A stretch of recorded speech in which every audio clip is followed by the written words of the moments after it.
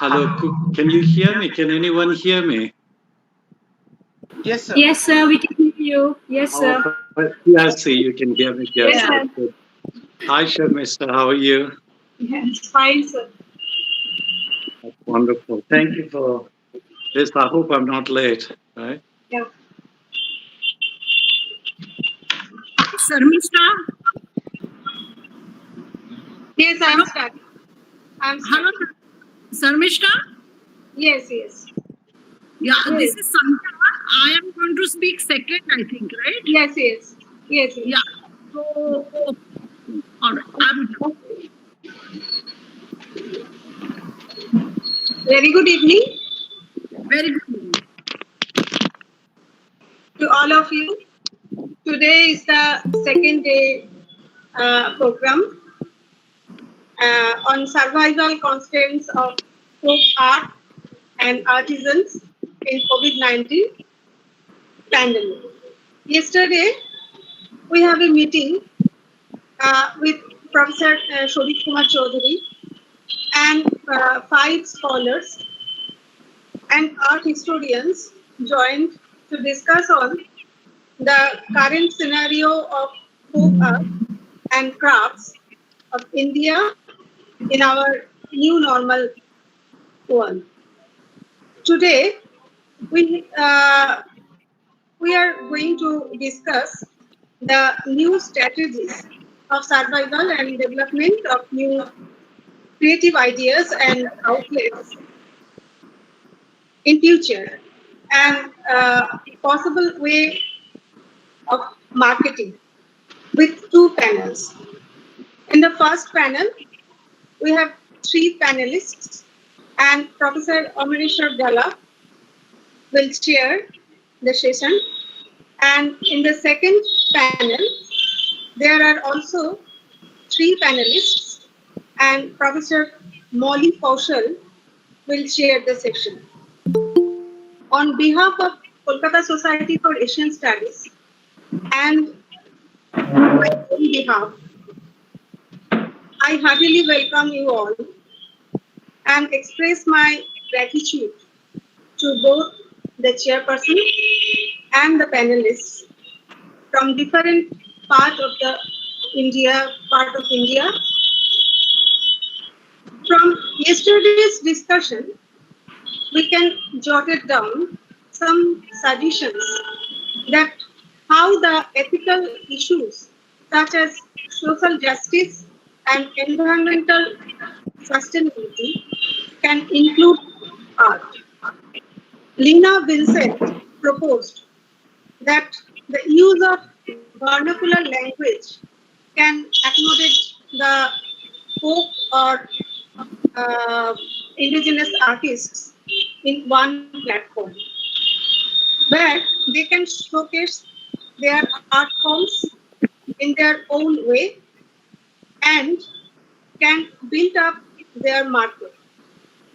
Sudeep Gupta shared an initiative of the puppeteers by creating Puppet Munch, where people can contribute to raise funds for the sake of popularization of puppet art.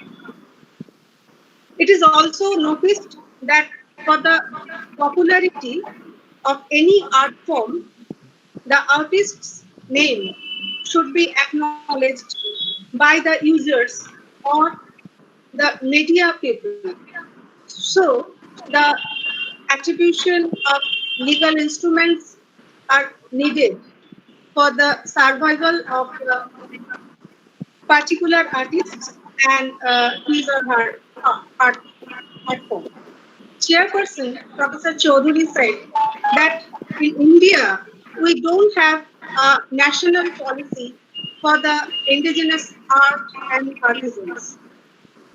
From this point of view, we are starting today's meeting to propose a greater market appreciation for the artists in the present pandemic situation. With that hope, if we can find a way out for survival of our folk artists, we can save our own heritage in the long run. Over to you, Piyashi Bharasa, for beginning the session. So to mention that in the first session, Piyashi herself is one of the panelists and she is the executive body member of Kolkata Society for Social Studies. Over to you.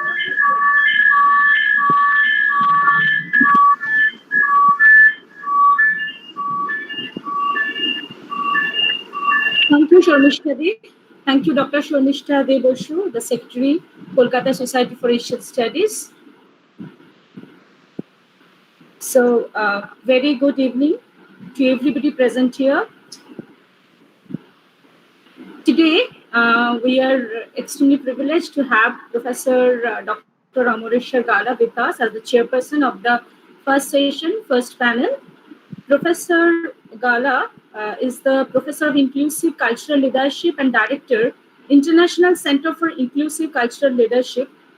He is also the Dean of Faculty Development and Leadership, Anant National University, Ahmedabad.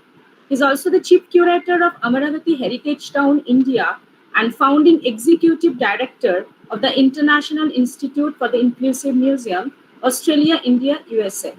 Professor Gala has been the UNESCO accredited facilitator in 2003, Intangible Heritage Convention and UNESCO Expo 2015, Museum Recommendation member in 1970 and 1972 conventions, former Vice President ICOM Paris, and former President ICOM of the Asia Pacific Paris. So in the panel today, the first panelist is Dr. Boishakhi Mitra. She's the head of the department and curator in charge, Department of Museology and Rabindra Bharati Museum, Rabindra Bharati University. She has also been the Fulbright, Chevening and Charles Wallace Fellow. The second panelist was Dr. Bijan Mandal, but Dr. Bijan Mandal has expressed his inability to participate in this evening's webinar. But we have another resource person from Baroda, Dr. Sandhya Gajjar, and who is currently managing trustee of Bhasha, which was established in 1996. She is the art historian who has been writing on contemporary Indian art since 1980. She is also an independent curator who curated art and craft exhibitions.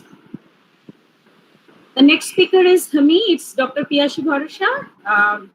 I am presently the assistant professor in the Department of Museology, University of Calcutta.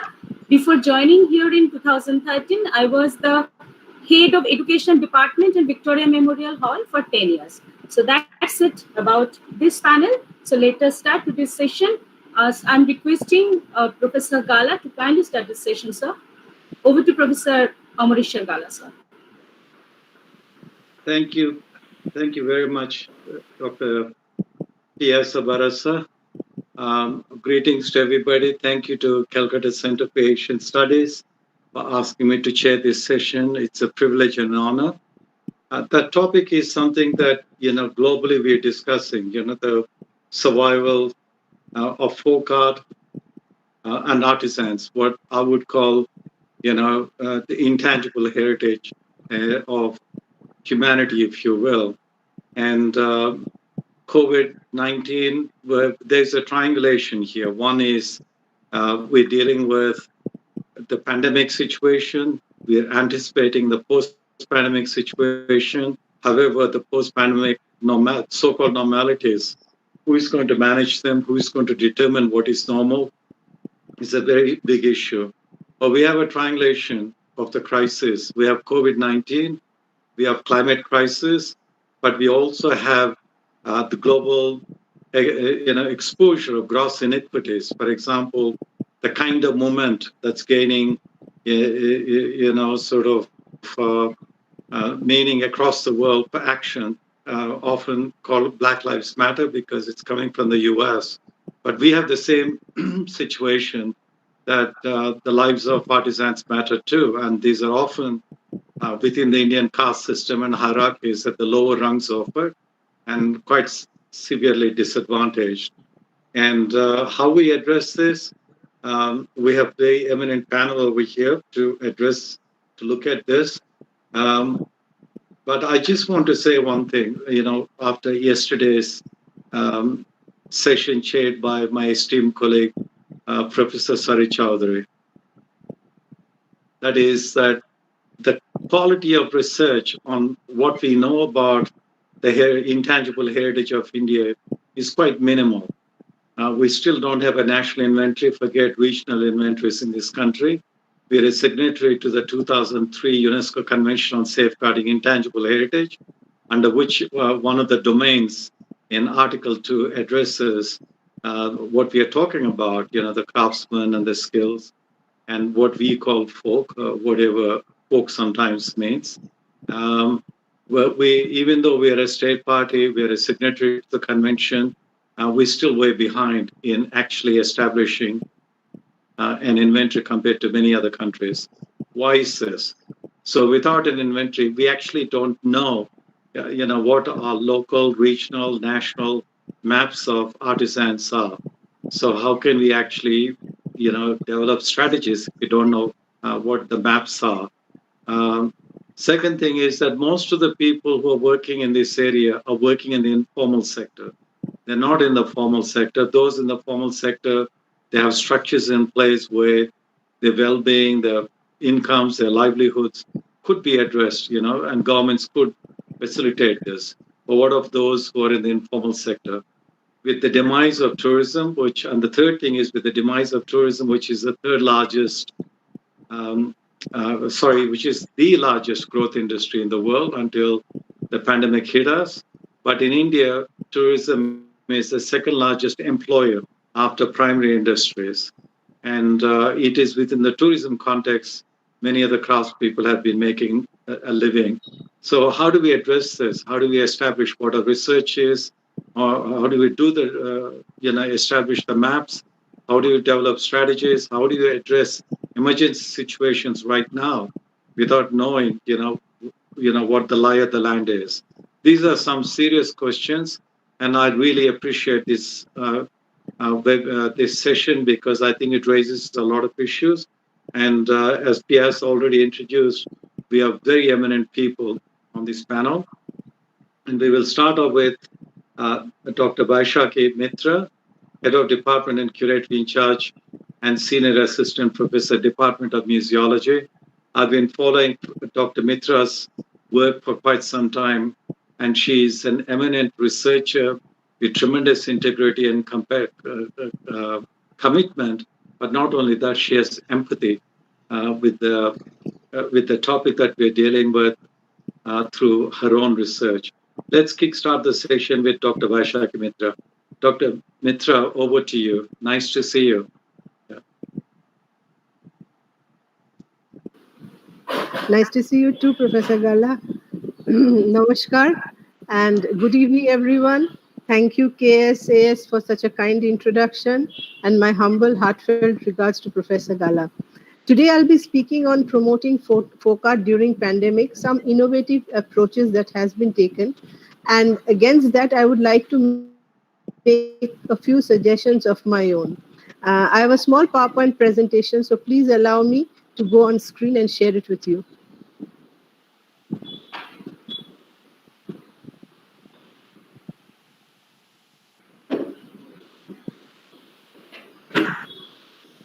Okay, is the PowerPoint visible?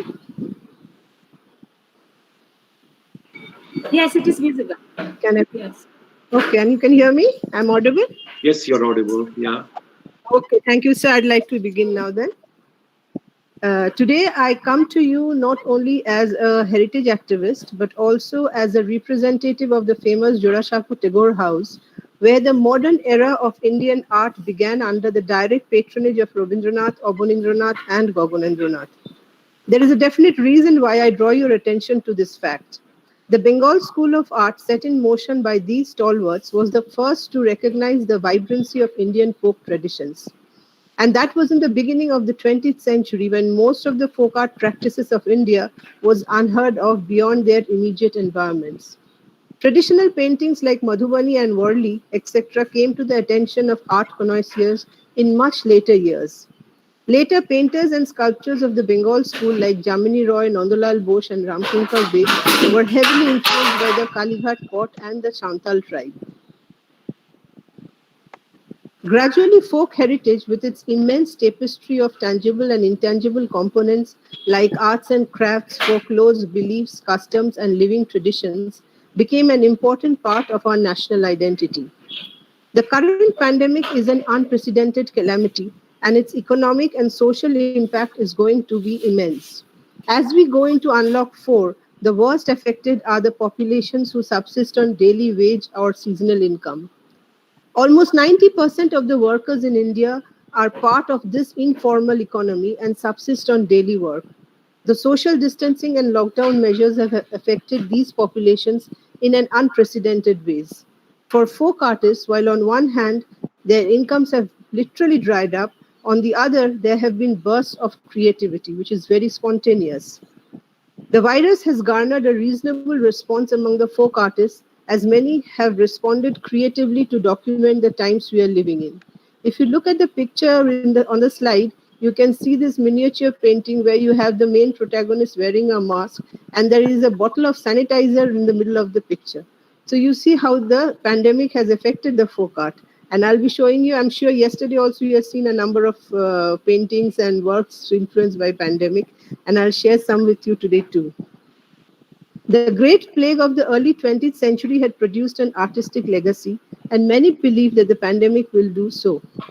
In areas of India, folk artists and craftsmen are playing influential roles in the dissemination of information about COVID-19 in a manner that rural India can relate to and create awareness about the virus.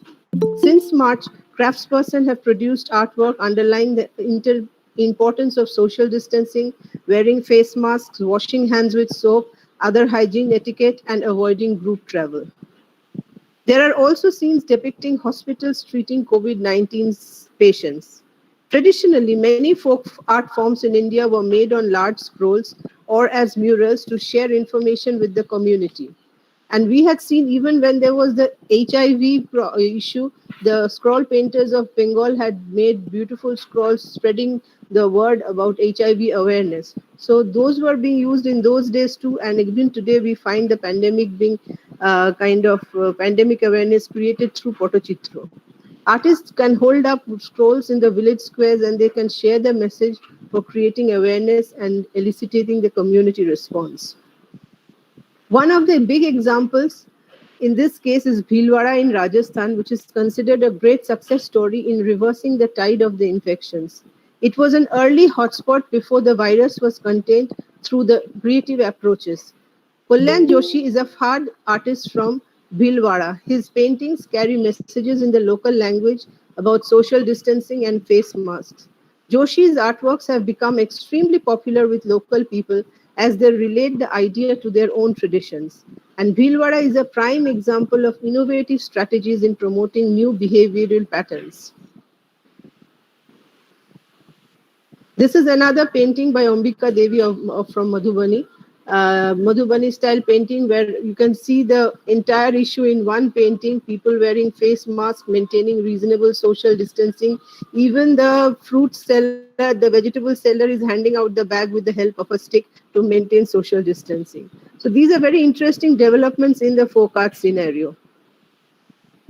Now, what kinds of efforts have gone into the improving the lives of the folk artists during the pandemic? Mostly, the government efforts have been to some extent lukewarm because, of course, resources have been not that much for us. The government announced about rupees 1.7 lakh crore relief package aimed at providing a safety net for those hit hardest by the COVID-19 lockdown. But we are yet to know how much of that is earmarked for the folk artists. Some state governments are doing groundwork about this. For example, the Tamil Nadu government has provided rupees 1,000 and a ration for 35,850 artists who were registered with the defunct Folk Artists Welfare Board. The financial assistance will be credited to the bank accounts of the beneficiaries directly. Such efforts are also on in some other states. However, the gamut of help, as I told you, is not enough.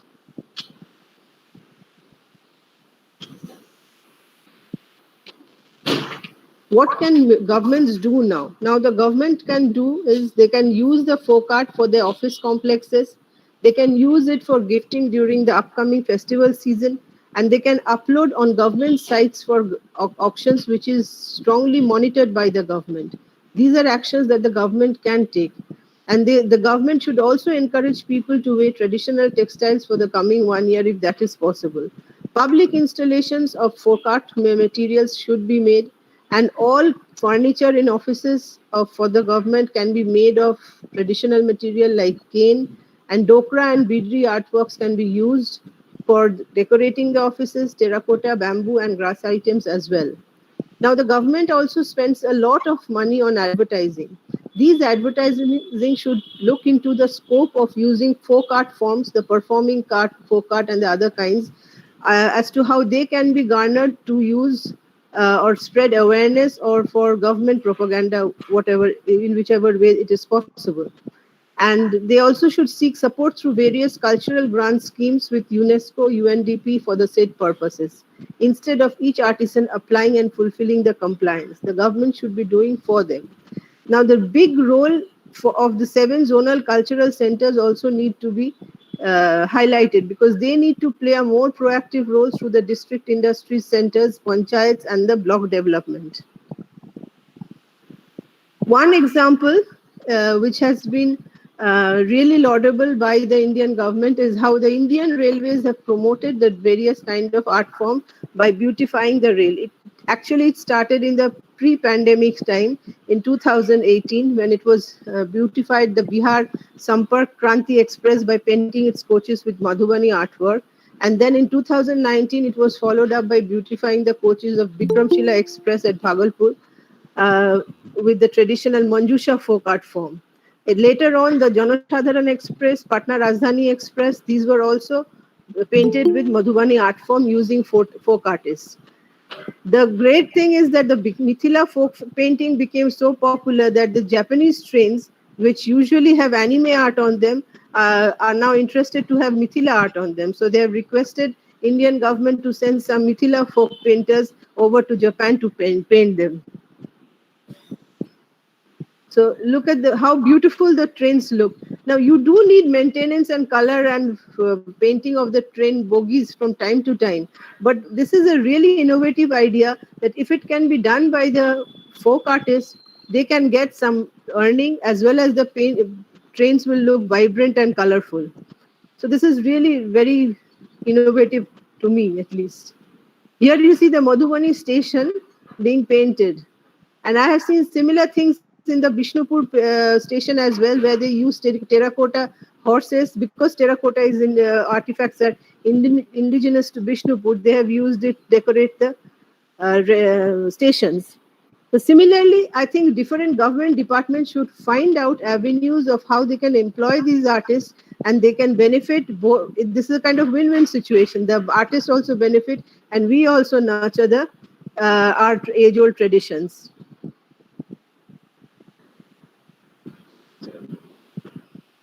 Now, the role of the NGOs are also very important in this case.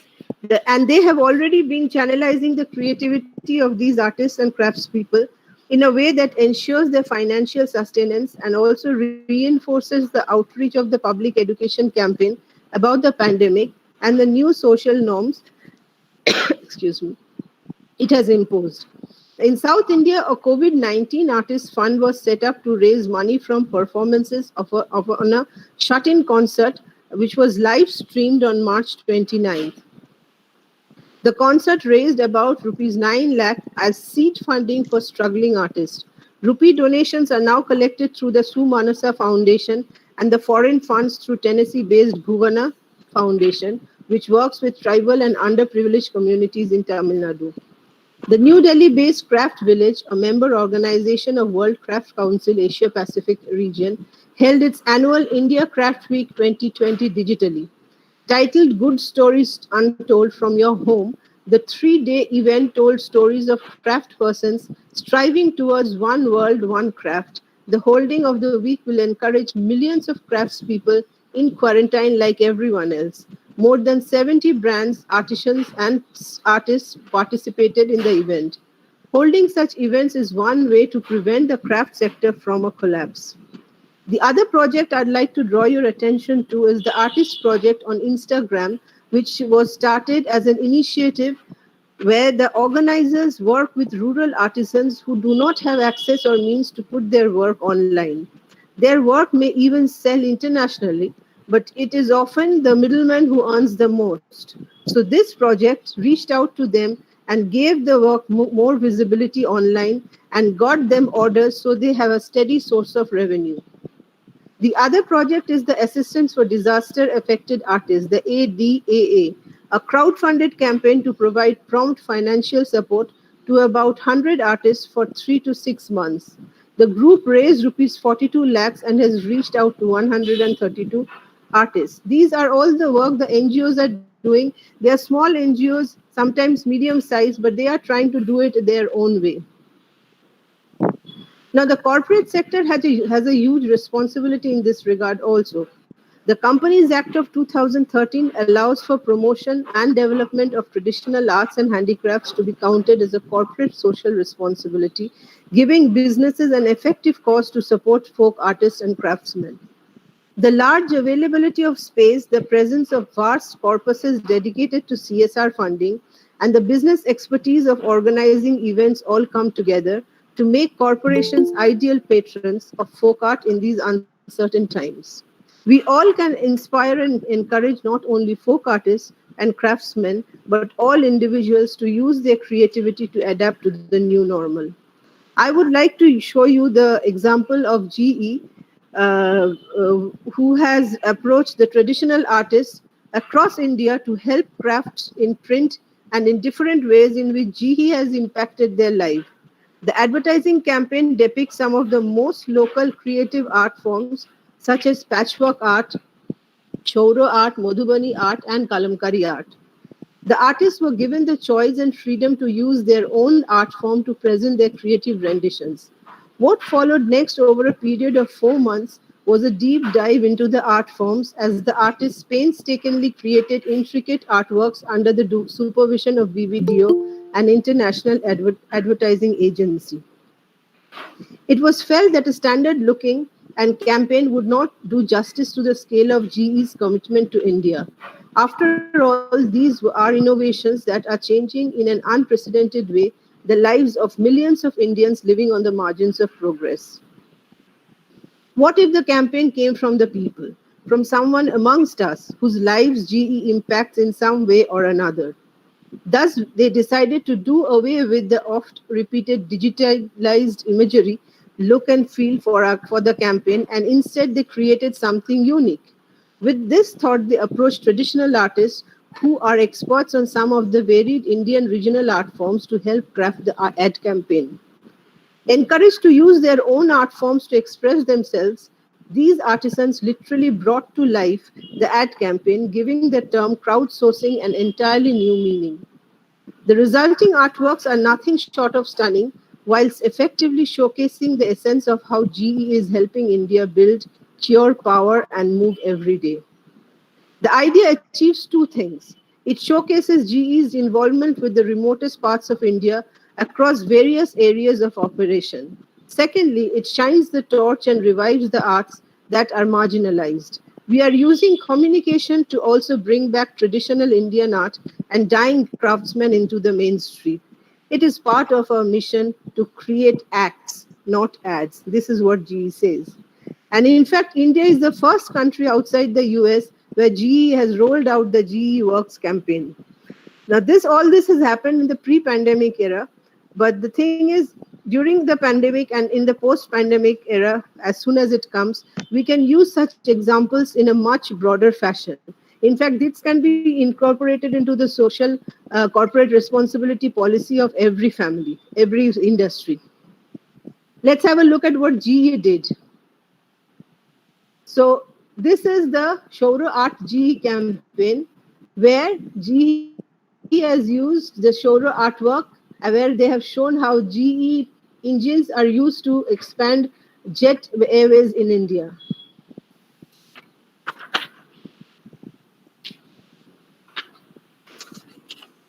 The next one, where they have used Madhubani art in GE campaign.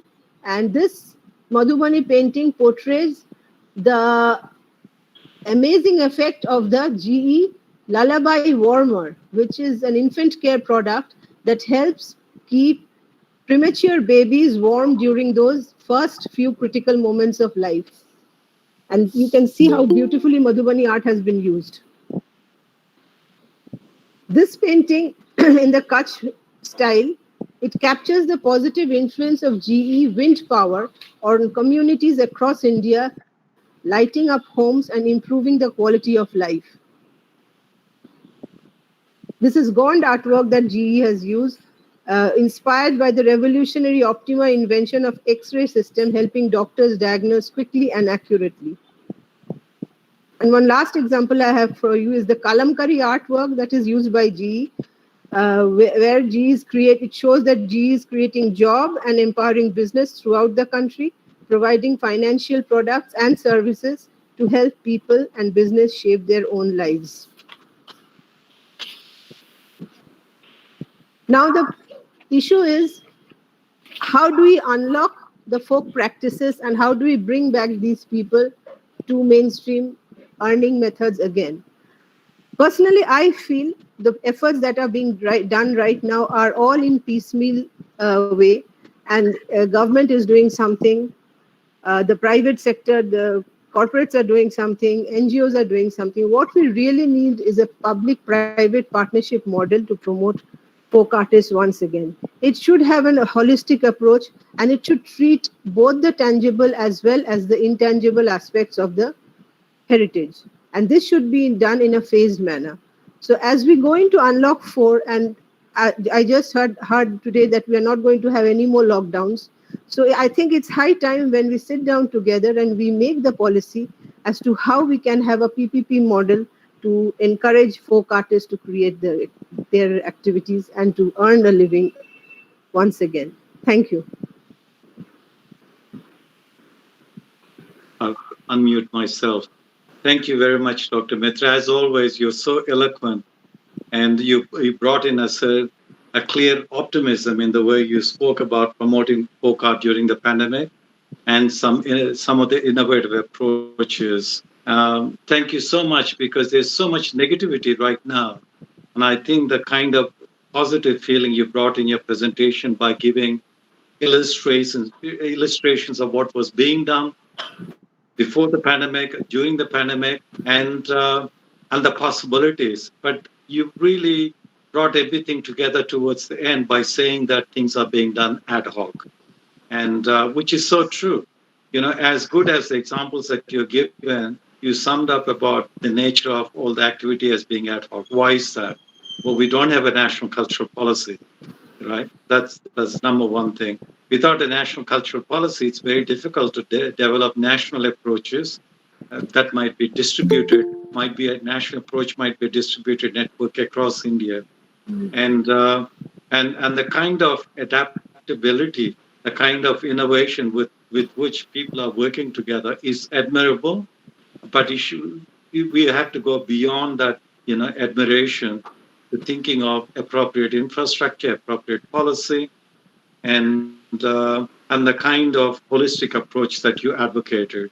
As long as we have this notion of high art, folk art in India, it's not going to work for people who are in the creative sector. There's an elitism in India. I lived for 43 years overseas, as you know, and I came back to India a few years ago. When I first was working in Australia, they had the same thing, folk art, high art, and then they did away with that as a fracture, as a categorization that's created by modernity.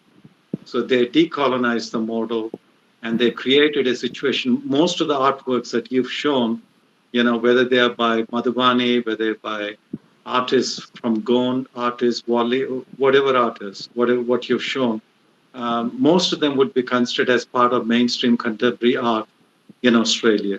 And I think that from what you said, we need to really decolonize our minds, the way we treat what is art. We have to come to terms with the fact that we need to have a national policy. We need to have a systematic approach, as you said, stop being ad hoc. But there's huge potential from what you said. It's not as if we are starting from scratch. We have tremendous capacity. I get back to Professor Amartya Sen's thing about capabilities and capacities. So we have the capabilities and capacities, but it's the approach, it's the policy and the interventions that are critical. So really appreciate your eloquent, presentation, which is very moving in a way in terms of the aesthetic, in terms of the examples that you gave, but at the same time, the kind of resilient funds that we need to deal with this situation that are not there. So once again, much appreciated. And I'm sure everyone who has listened to your presentation is touched by it. And that's what we need is a little bit of putting human face, to COVID-19 and thinking about the realities of people. Now we'll move on to the next presenter, Sandhya Kajar, who is a trustee of Bhasha Trust. Already she has been introduced. Over to you, Sandhya. Thank you very much, sir. Thank you very much. Good evening, friends. I sincerely thank the Kolkata Society for Asian Studies for accommodating me at the last minute in this prestigious webinar. And many thanks to Lena Vincent specifically for pulling this off in a way that only she can manage. I'm very glad, Dr. Gala, you have talking about the way we forward. I'm very happy that Ms. Mitra, Dr. Mitra has shown us the way forward. And so at Bhasha, though we are not having very many happy moments about this, I would love to be in touch with Dr. Mitra and understand how this can be taken forward so our tribal artisans in Gujarat can also get a leg up. Sure, ma'am. Any help? I'm very happy to help you in any way. Thank you very much. It was a pleasure looking at your presentation, and it offers a lot of hope. So I'm very happy about that. Thank you, ma'am.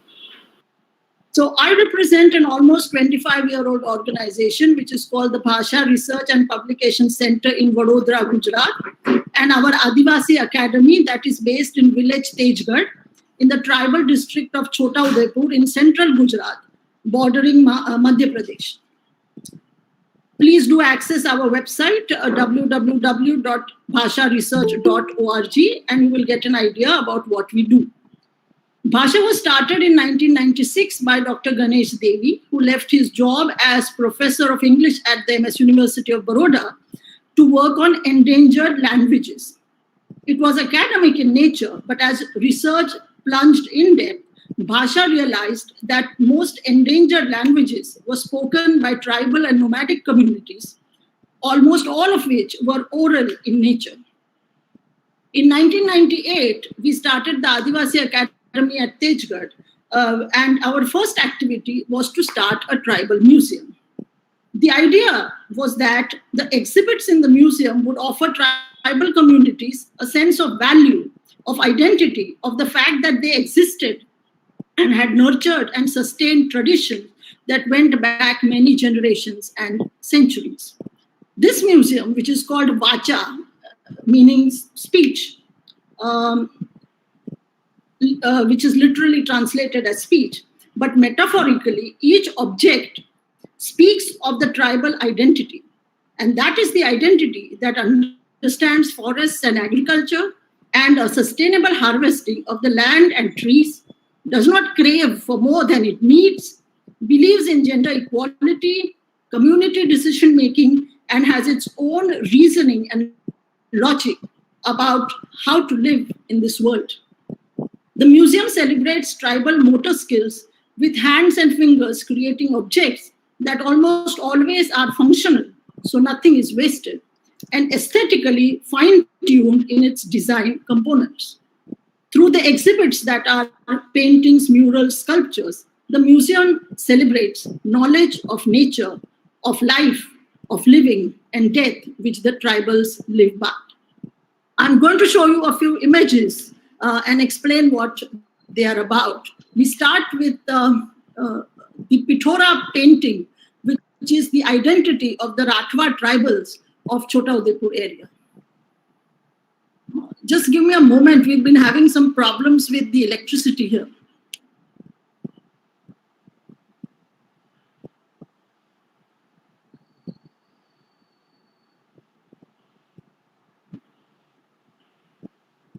So the Pitora is a huge wall painting, a mural. What you are seeing on the screen right now is a small version which is painted on cloth. Second, this is what it looks like painted. Can you see the images? Hello? I can't see them. No. I'm sorry. No, it can be visible. It is not visible. Can you see them now? No. Not yet, madam. Just a minute.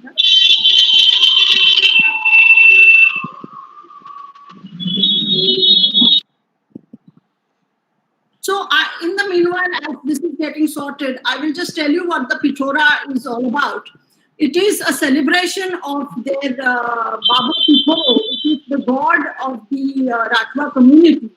And it is a painting which is painted on the largest wall in their home, often spilling over to the adjoining walls. And it is done. Can you see the painting now? Yes. Now Can you, yeah. So this is a painting which is a huge painting painted by a tribal family in their own home. And it is painted as form of wish fulfillment. Can you hear me also? Hello? Yes, we can hear you. We can see. Yeah. Thank you.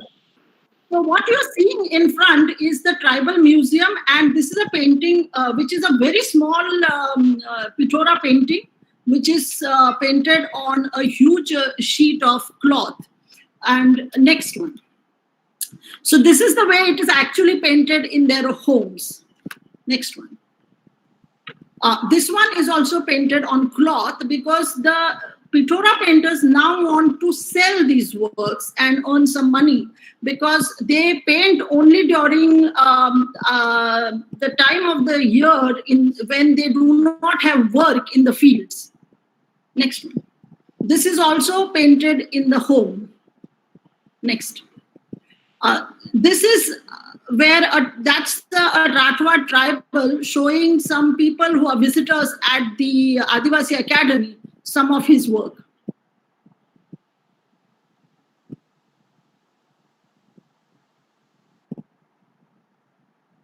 And these are examples of beadwork from different parts of tribal India. Next.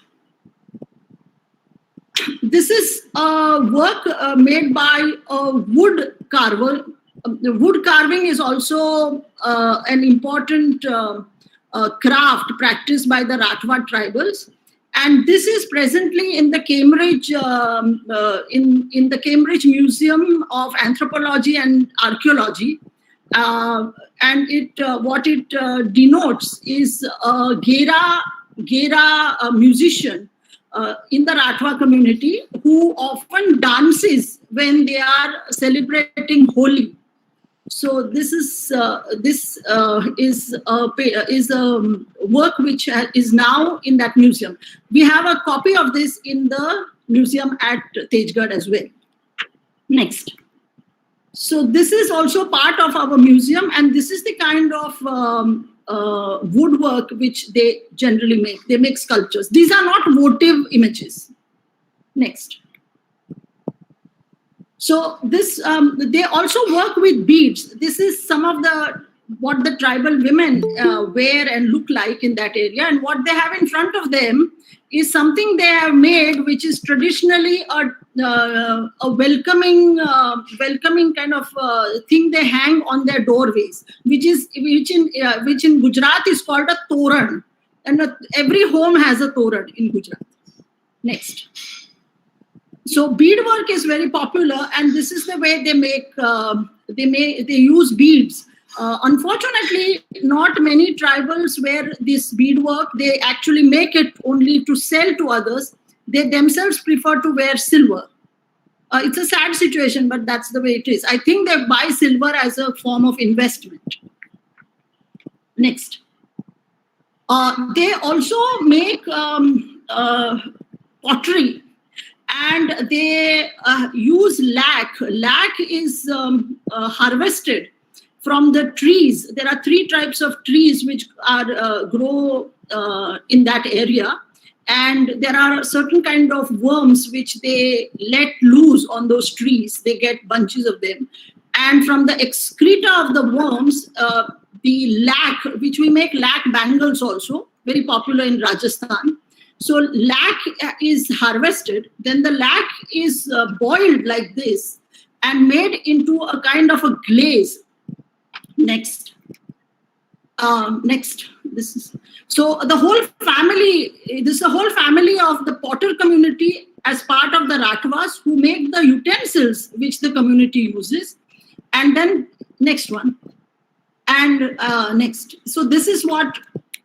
Can you go back? Can you go back, please? Yeah. This is what the lac looks like, and they store it like this. And next one. And this is what the lac kind of, when it is boiled, it comes down to this. And this color is also used to dye fabrics in this beautiful red color. And the final, next one. And the final utensils are like this. And you can cook in them. All of them cook in these vessels.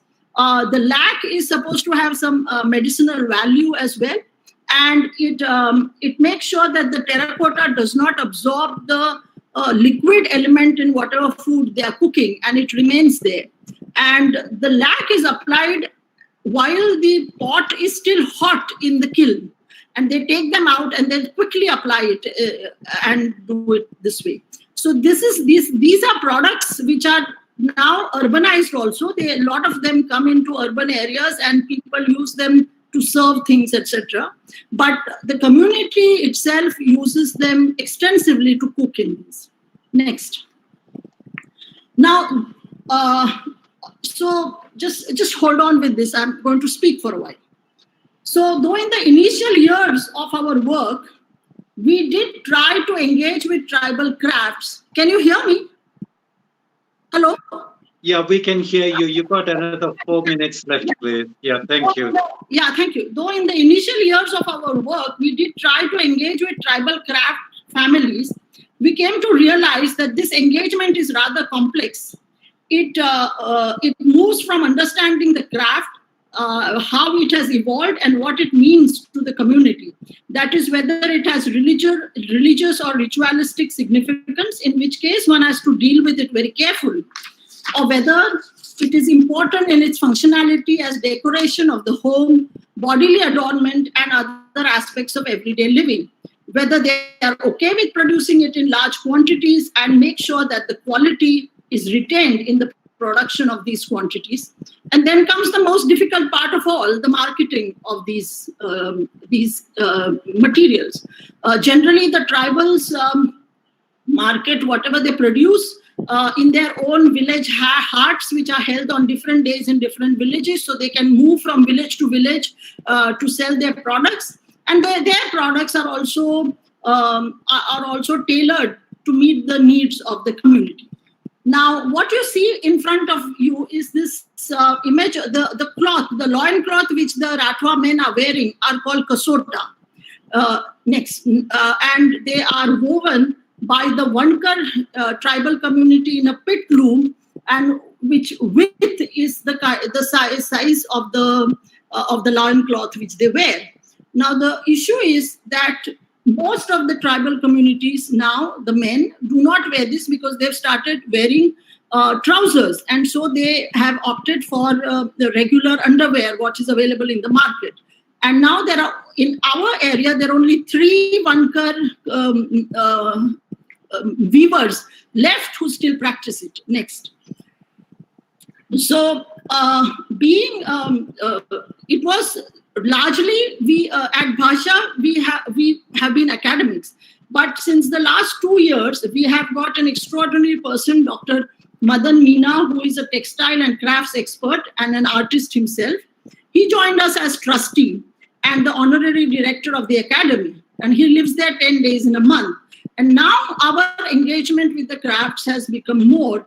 And this is what he has started working. We've got an intern from the Institute of Crafts and Design, Jaipur, who has started innovating with the viewers to make a few products which are not kasota, loincloth, nobody wears it, but other things which can still be used. So quickly, can we run through the images? I'm going to just quickly run through the images. So these are the original loincloths. Next. Next. Next. Next. Next. Next. Next. Yeah. So we are still in the nascent stage now, but have done enough homework to know a few points which I want to share with all of you and which have all become very painfully apparent during the pandemic. Firstly, if a tribal community practices crafts, there will always be several members in the community who engage in it.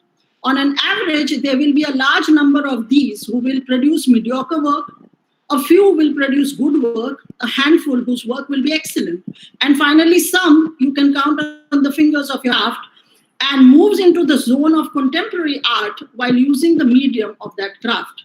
These are the ones whose works must be shown in galleries, as Lena Vincent had pointed out yesterday, and should command the kind of prices that really good mainstream artists do today. However, there will always be a buyer for the different qualities of the work produced, and the market will decide. Secondly, because there was a far sharper understanding of the skills and capabilities of our folk, rural, and tribal arts communities at the time of independence than it is in the last few decades, they established institutions such as the Handloom Board, the Crafts Council of India, the Cottage Industries Board, and each state was encouraged to create its own handloom and handicrafts limited companies that would access crafts families across the state, buy their products and market them in state emporiums that were prominently housed in key marketplaces in all the large cities of the state, the metropolises across the country, and of course in Delhi. Tribal research and training institutes known as the TRTIs were established in almost all states with considerable tribal populations. TRTIs were required to set up museums in key tribal areas so they could really collect some very good and interesting objects.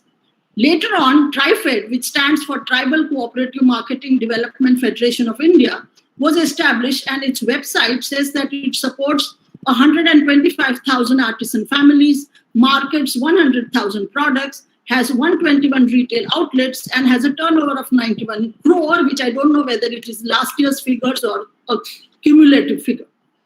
Thereafter, Tribes, a special shop chain for only tribal created products, came into being, but one does not see many of them. When I visited the one in Delhi, it was priced so high that nobody could buy anything there. Now, what is the status of all these institutions where hundreds of people are employed but have very little work to show for it? There was a time when a visit to a state emporium was a delight. We also bought from emporiums because they were assured, because you were assured you got the right price, and neither you nor the craftsperson who made that piece was cheated. Now the places are crammed with the worst possible examples of handlooms and handicrafts. If they plead that they are not doing well economically, then they really have only themselves to blame. Recently, the Handloom Board was abolished, not temporarily discontinued, abolished, which means that there is little likelihood of it ever being reborn. Already players from the private sector have moved into the handloom sector, taking over entire tribal villages of weavers who are contracted not to sell to anyone and work to designs that they give. This brings me to another major issue. We have the NID, the National Institute of Design at Ahmedabad, with campuses in several other cities as well, NIFT and its several campuses, the Indian Institute of Craft and Design at Jaipur, and then the many departments of clothing and textiles affiliated to regular and agricultural universities. With the kind of vast heritage of handicrafts and handlooms that each Indian state has, one would expect these government-funded institutions to work with craftspersons, understands the issue they face at various levels, from accessing raw materials to appropriately introducing design changes to fashion products that have appeal in urban and global markets, to selling their products at the right price. But they rarely do that. Recently, we were contacted by one of these institutions who wanted to hold a training session with the beadwork, jewelry making Ratwa Adivasi women, whom you saw in some of the pictures I showed you. In the budget they sent us for Sanjay, could we wind up, please? Yeah, 2 minutes. They had kept rupees 200 a day as honorarium for the bead workers, and they had to bring their own packed lunch. While for themselves, they had a good enough per day allowance with lunch and chai and everything on the house. This is a very wrong attitude to bring to a teaching learning session. We are so caught up with the knowledge and technical skills that we have, we don't even care to ask the tribal communities about the knowledge they have that makes them technically so proficient. So you can now imagine that when this is the situation in normal circumstances, what must the tribal communities that are so ignored and exploited must have suffered in the pandemic. However, I do not want to end on a despondent note here. So there is something I want to show which you can smile about. It's a film of just a minute.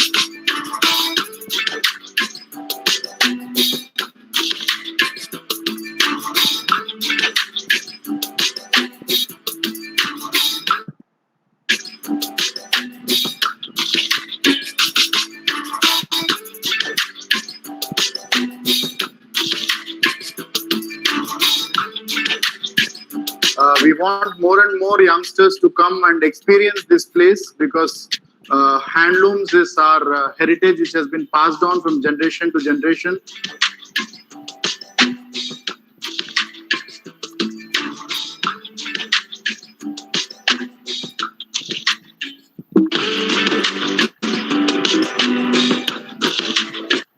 Thank you very much. Thank you very much. Thank you. Thank you so much. I think that, Sanjay, you've raised a number of issues.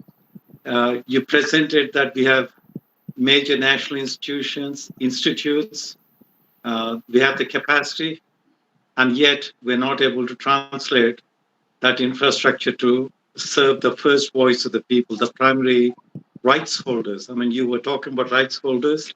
I mean, I was privileged about a month ago to host a webinar together with the museum in Jodhpur and the Adivasi Academy, where I learned more about what you're doing. You're only 4 hours away from where I am now. I'm not in Brisbane, Australia. I'm in Ahmedabad, stranded for 6 months now. 2 hours, less than 2 hours. Less than 2 hours. Okay, somebody said 4 hours.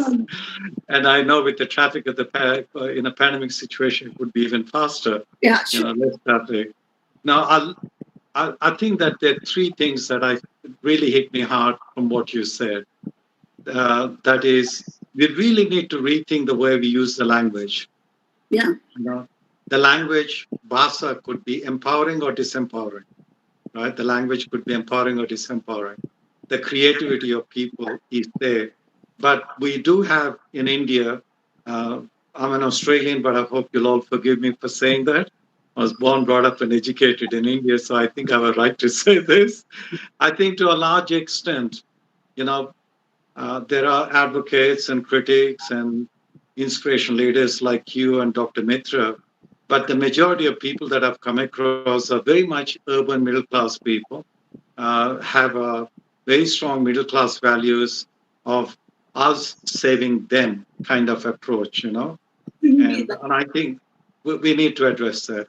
Second thing is the intellectual property rights of the people who are the producers, need to be safeguarded in the country, which are not necessarily being done. Like I think Dr. Mitra mentioned about kalamkari, but what tourism has done is people digitize kalamkari, use it in railway stations everywhere. In Andhra, in fact, the kalamkari people do not get a single paisa out of that. So the middle people that you mentioned have become even more exploitative. The pandemic has actually given them an opportunity because these middle people have the resources and infrastructure to take advantage of this situation. And the third thing is that, in terms of what came out of your presentation is, in terms of the creativity of these artists in tribal communities, they need to control the process. They need to control the marketing. Until they can actually control the process and the marketing, they will produce what the market wants. Yes, absolutely. And also and that changes their very sense of place and identity. Yes. So the commodification, commercialization of their work and the control by the marketplace. How do we create infrastructure nationally? How do we create infrastructure regionally? These are some of the things that came out of, and it breaks my heart because I oversaw and I was there in Australia when this transformation took place, where Aboriginal artists, their rights are safeguarded by national law. The infrastructure is there for them to create and market without the market determining what is good for them. That transition took place, and I played an important role in that as National Director of Affirmative Action. But now I come back to India. My challenge is how do we engage? How do we engage the gatekeepers? The gatekeepers in the cities, the middle class gatekeepers, the consultants, the marketing people, who are very powerful, and very often they have alliances. In Mangalagiri, which produces saris in Andhra Pradesh, very famous, near Vijayawada, one of the things I found is some of these gatekeepers have contracts with people in London and other places, and they supply, they make the money. So there's a huge exploitative system that's come into place. How do we deal with that? And I think organizations like yours and the museum, Tribal Museum, have a very important role to play, to center the rights of, artists and craftspeople who are the primary producers. If you go back to the 2003 UNESCO Convention, it's the bearers and transmitters of this intangible heritage. Yes. They have to be respected first, and our ability to create spaces for communities and groups and individuals who are the carriers is extremely critical. In India, we have the international treaty obligations under the convention, but do we actually follow up? Do we follow up in practice? But thank you very much for your inspirational talk. You're wonderful. I look forward to meeting you soon. Yeah, I look forward to meeting you too. And we'll move on to the next speaker, Dr. Piasi Barasa. Now we're talking about museums. Throughout this, Piasi, intangible heritage and the role of museums for its sustainability under the COVID situation. Piasi, I've been to your Department of Museology, gave many talks over there many times. All of you young people coming out of the department, you're the next generation. The future is in your hands. And we look forward to hearing from you. Over to you, Piasi. Thank you so much, sir. Thank you so much. So straightway I'm going to my presentation. Just give me a minute. I'm starting my presentation. But you can keep talking while the presentation is being made. Let's hear from you. Yeah. Thank you.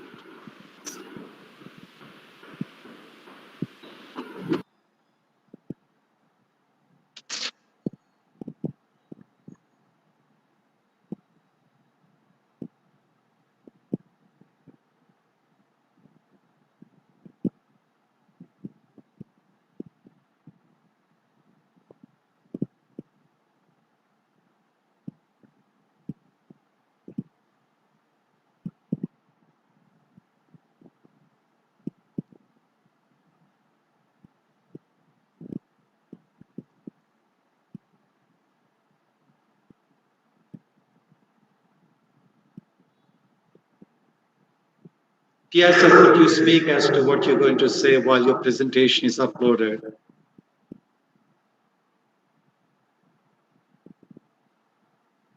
Hello, Piazza. Okay, you're coming on screen now. Thank you.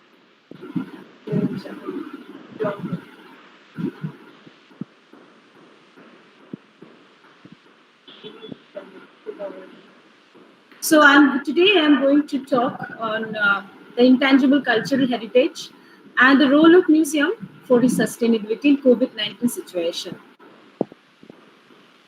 So whether my screen is visible, sir? Is it visible? Yes, it's visible. We can see. Go on. But I can't see. It says you're presenting to everyone, so you have to start.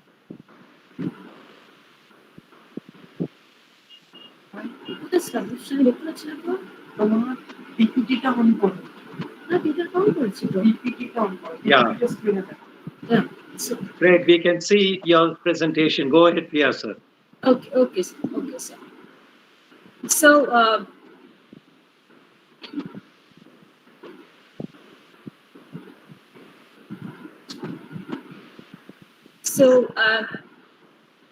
the topic is intangible folk heritage. So when we are talking about intangible cultural heritage, let us once again just going through the definition as per the UNESCO Convention 2003. So intangible cultural heritage means the practices, representations, expressions, knowledge, as well as the instruments, objects, artifacts, and cultural spaces associated therewith. So we all know about it. And after the UNESCO Convention 2003, a lot of focus has been given in this intangible cultural heritage. And as regards the museums also organizing regularly the programs. But my point is the focus of my presentation today is that more of academic discussions and more of webinars and other things are happening, but not with the association with the artisans and art practitioners of intangible cultural heritage in India. So intangible folk heritage, when we are talking about the folk heritage portrays the cultural life of a community or communities. It encompasses the body of expressive culture associated with the fields of folklore and cultural heritage. So intangible folk heritage includes the forms such as music, dance, and oral traditions, narrative structures. On our right, this is the dance form of Santali dance from Jharkhand.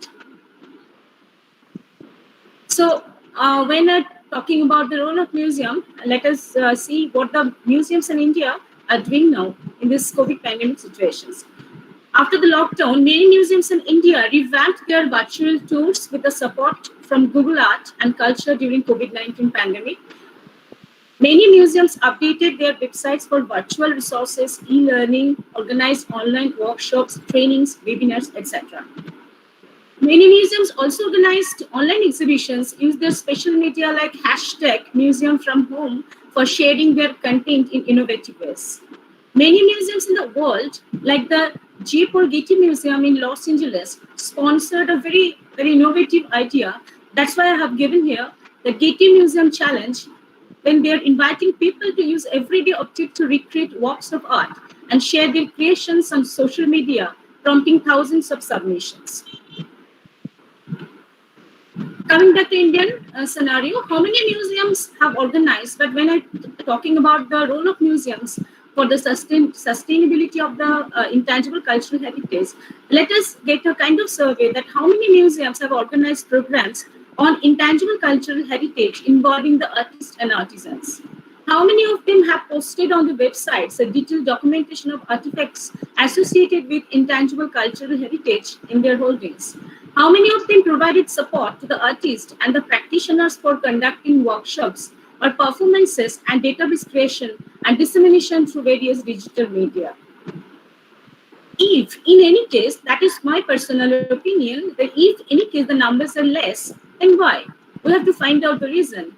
Whether the intangible art forms or practices are not popular, whether museums should only focus on virtual tours, academic discussions, webinars, etc., on ICH during this period, whether we have done online survey to understand the visitor choice and preferences for being engaged with museums during this period. Now, I personally, for this presentation, I have done a very small survey over phone, over WhatsApp and whatever, and try to collect some information about the choices of the visitors. So I found that the young adults, the college and university goers, since I'm taking regularly the classes and I'm associating with them regularly, so young adults, they're more interested in intangible cultural heritage performances rather than academic discussions, and rest are either not so interested or little interested. The families, they are interested in intangible cultural heritage performances for entertainment and making awareness among the children as well. The general visitors more interested in live performances by the artisans and artists. That is a very small survey, maximum 60 to 70 people I could talk to. So now let us have a look. We all know, but let us have a look. This intangible world heritage from India. There are 13 traditions, that is Kumbh Mela, Nowruz, yoga, traditional brass and copper craft utensils making among the Khateras of Jandiala Guru Punjab, then Sankirtana ritual singing from Manipur, Buddhist chanting of Ladakh, Chow dance, Kalbelia folk songs and dances of Rajasthan, Mudittu ritual theatre, dance drama of Kerala, Ramman, the religious festival and ritual theatre of Garhwal Himalayas, Kutiyattam Sanskrit theatre, traditional Vedic chanting, Ramlila, the traditional performance of Ramayana. So these are the world heritage. All these traditions are enlisted in the World Heritage List by UNESCO from India. So these are some of the images: Kumbh Mela, yoga, Navroz, Parsi New Year, the traditional brass and copper craft of utensil making by Khateras of Dandiala Guru Punjab, the Sankirtana ritual singing, drumming and dancing of Manipur, the Buddhist chanting, recitation of sacred Buddhic texts, the Chow dance, Kalbelia, folk songs and dance of Rajasthan, the Ramman festival, Ramlila performance and Vedic chanting. So when we are talking about museum, what role museum can play, in my opinion, as per my experience as a working experience in a national level museum like Victoria Memorial Hall, and since I organized hundreds of programs during that 10 years, so I think whatever I think, in my opinion, that all the regional dances, whatever we have in India, such as the Bhangra, Punjab, Dandiya, Gujarat, Bihu dances of Assam, which project the cultural heritage of those regions, are prominent containers in the field of Indian folk art.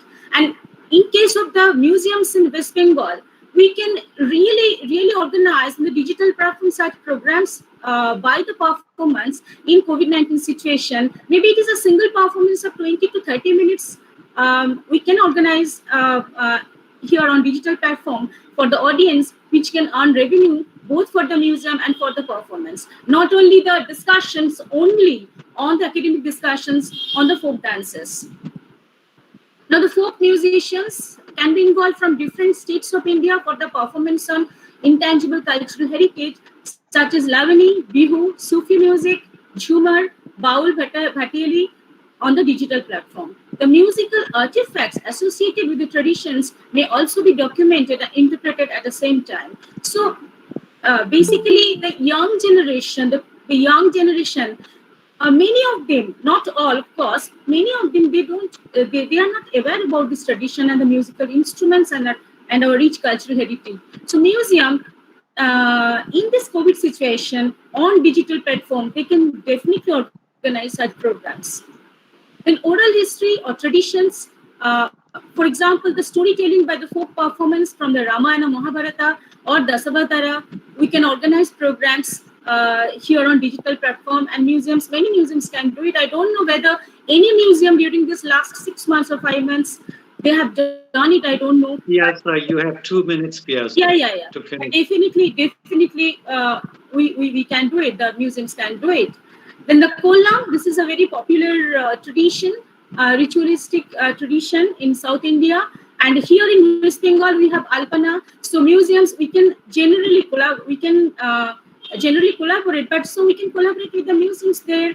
the museums in West Bengal and the museums in South, we can collaborate and portray these traditions. Again, this is a musical instrument on Sankirtana.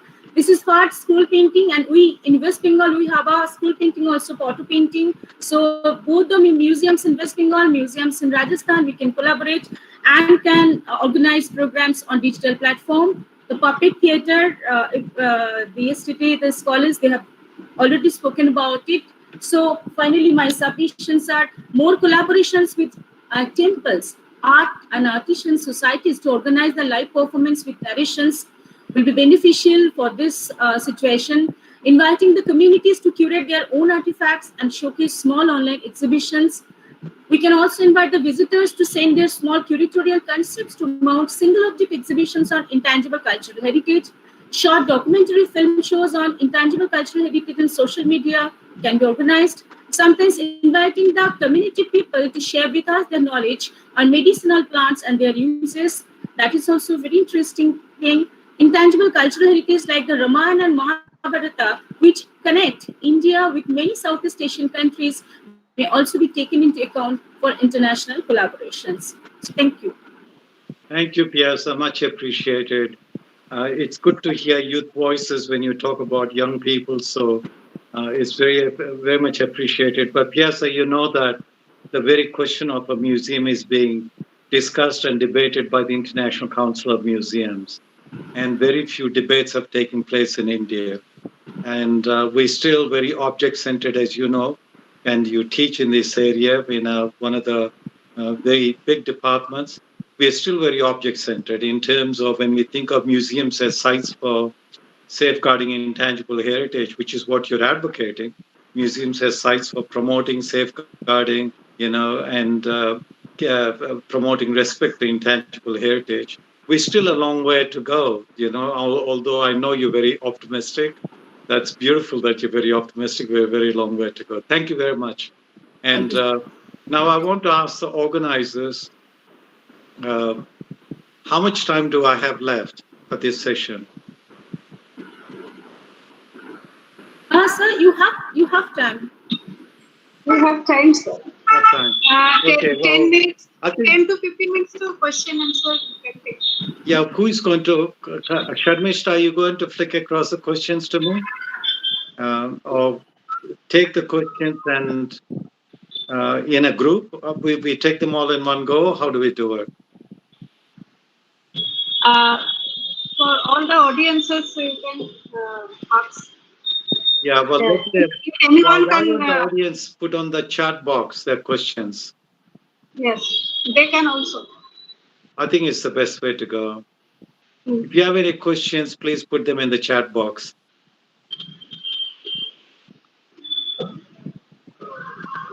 No, I still haven't got any questions. That's okay. But I think we have had, we just heard three wonderful people. And I'm glad that they're all women because to a large extent, every conference, every meeting that I go to, I hear mostly men and rarely any women.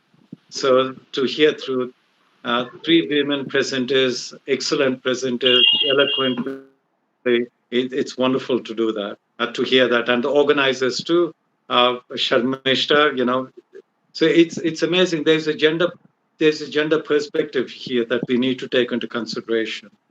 Now, this brings me to several points. I still don't see any questions. So this, okay, don't worry about it. This brings, I'm posing questions to you, all of you, audience, not just the speakers. We don't have an approach as yet to rethink, and I know that Dr. Mitra has been questioning this, what is it that we are doing in this country in terms of tangible and intangible heritage? Why are we dealing with the binary? Can we take a holistic approach as she advocated? And that's a question we need to ask again and again.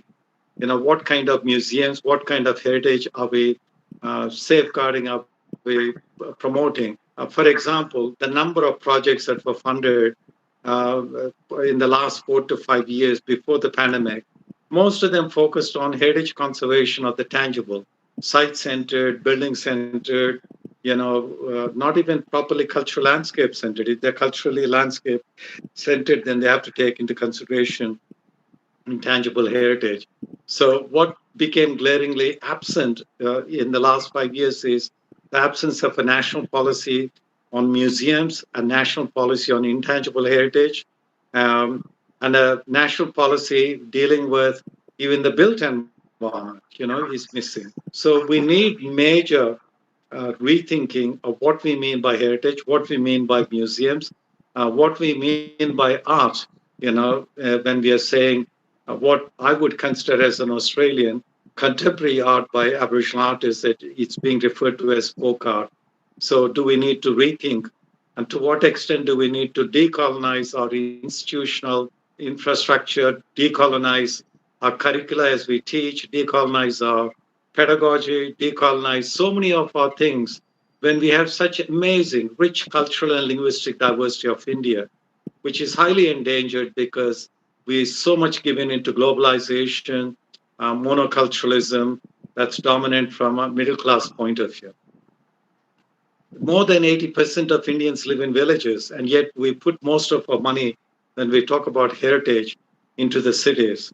So, where is that imbalance? Who represents the Indians of that 80% is a key question. You know, um, these are, and what kind of infrastructure is needed? Nationally, locally, regionally, what kind of infrastructure is needed? If you look at the handicrafts, the handloom census that was taken in 2019 and 20, there are 5.5 lakh handlooms that suddenly have gone silent in India, across India.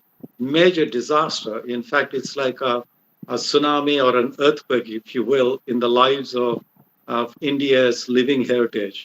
The other thing is that uh, do we when do we stop thinking that heritage is frozen in time?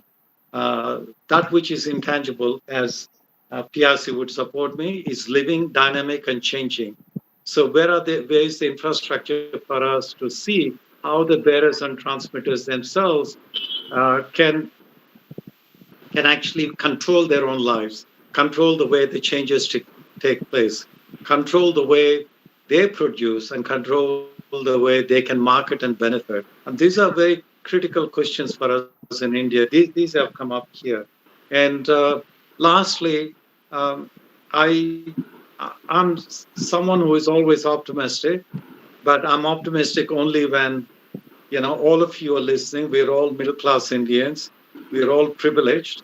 We're highly empowered, but we need to rethink how we could work, outside the box, how we could work, with various sectors in a way that is showing respect, in a way letting go of the authority. Because as knowledge keepers in the academy, as knowledge keepers in institutions, we authorize, what is other. We still have this very strong emphasis in India, very strong notion of self and the other. And the self is empowered, the other is the totally disempowered in the Indian context. How do we deal with this? How do we decolonize the system? How do we rethink? Rethink is really critical. The pandemic provides an opportunity for us to be reflexive, be critical, be honest to ourselves. And also, the 2003 convention, in 2018, the Intergovernmental Committee adopted a code of ethics. So how many people actually know about the code of ethics associated with the convention? How many people actually practice ethics? How many people know about the code of ethics of International Council of Museums? How many people actually practice? These are all critical issues, even for us middle class people who largely remain gatekeepers, knowledge makers in this area. So I'm being very, I'm, I'm not apologizing for being very honest about it. I really mean at my age, I have nothing to lose but to speak the truth. The truth is, we have a long way to go.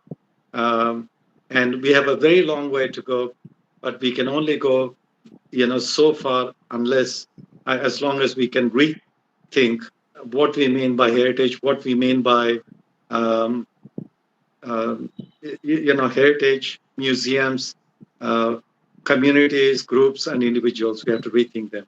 There's a question from my esteemed colleague, friend.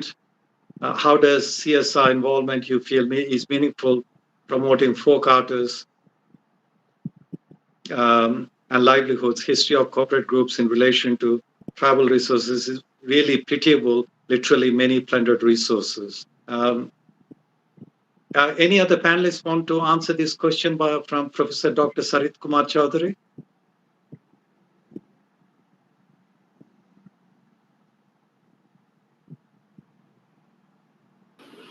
Okay, in the meanwhile, there's Balram Singanpalli, who says that there's several works being done to revive crafts, preserve them since 1976. I totally agree with you. There are several being done.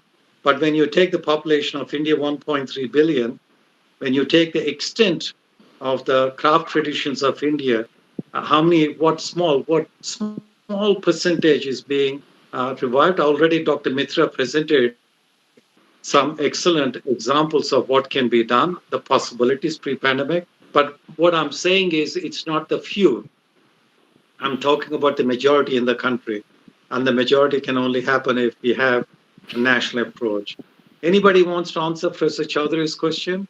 I will read again. How does CSR involvement feel that you feel is meaningful for promoting folk? Yeah. Dr. Mitra, I must have a little go at it. The thing is, each company, especially the bigger ones, they have a lump sum of money kept away for corporate social responsibility activities. Usually that goes into cricket and stuffs like that. So this should be a policy decision on the part of the company that since the pandemic has happened and we don't know when it is going to stop, it is imperative that we put it into the marginalized part of the society that would give them a better visibility, better accountability. So that is the reason why I brought into the CSR. And the other thing, Professor Gala, that you were saying that we don't have a cultural policy, that's so true. And we don't have a museum policy. We need to have one. But one good development that has happened is that India finally has a chief executive officer in charge of museums and cultural spaces. Yeah. So we are very hopeful that he will take up the issues of having a national cultural policy and having a national museum policy as well. Yeah. I would also like to respond, please. Yeah, go ahead. Okay, so I would like to respond to the question related to the CSR. And you see, what happens with CSR is that the thinking is very much like, what's the bottom line? How many people do we reach when we put in X amount of money? And that is not always a situation. Like, for instance, in the Kasota weaving, which I showed you, there are only 2 old men who are alive who can teach their children. The children don't want to learn because they know there is no money in it. Now, if we do not put in money to save those 2 people and to find ways in which to interest younger people from the community to learn and then find a marketing platform to sell those, whatever they have to create, and then, inculcate some entrepreneurship in them, nothing is going to happen. So many times CSR funders do not understand the largeness of the problem involved, and then they calculate like, अबे 20-25 लोगों के लिए हम क्या 10 लाख रुपए देंगे, that sort of stuff. So that is where the understanding and the sensitivity to what is being lost. So even, okay, weaving you can say is a tangible heritage, but there is intangibility in the knowledge. I mean, looms are being burned as firewood, Yeah, I know. So that's so sad. That's so sad. That's happening. Now, some of you are asking questions whether such and such journal is published. Please, you have search engines. That's where you can find this. You can find out whether they're being done. I think that both Dr. Mitra and Mrs. Gajar have raised the questions about the CSR funds. What I have seen, I've been traveling extensively in India, doing various things. What I've seen is that a lot of CSR funds. Yes, cricket and various other things, Dr. Mitra, but there's a lot of opportunism in India. I'm sorry, I've said this once before and too many times. also published in national newspapers that what in India I see is too many parachute consultants. Wherever there's money, suddenly they parachute. They arrive, they become advisors.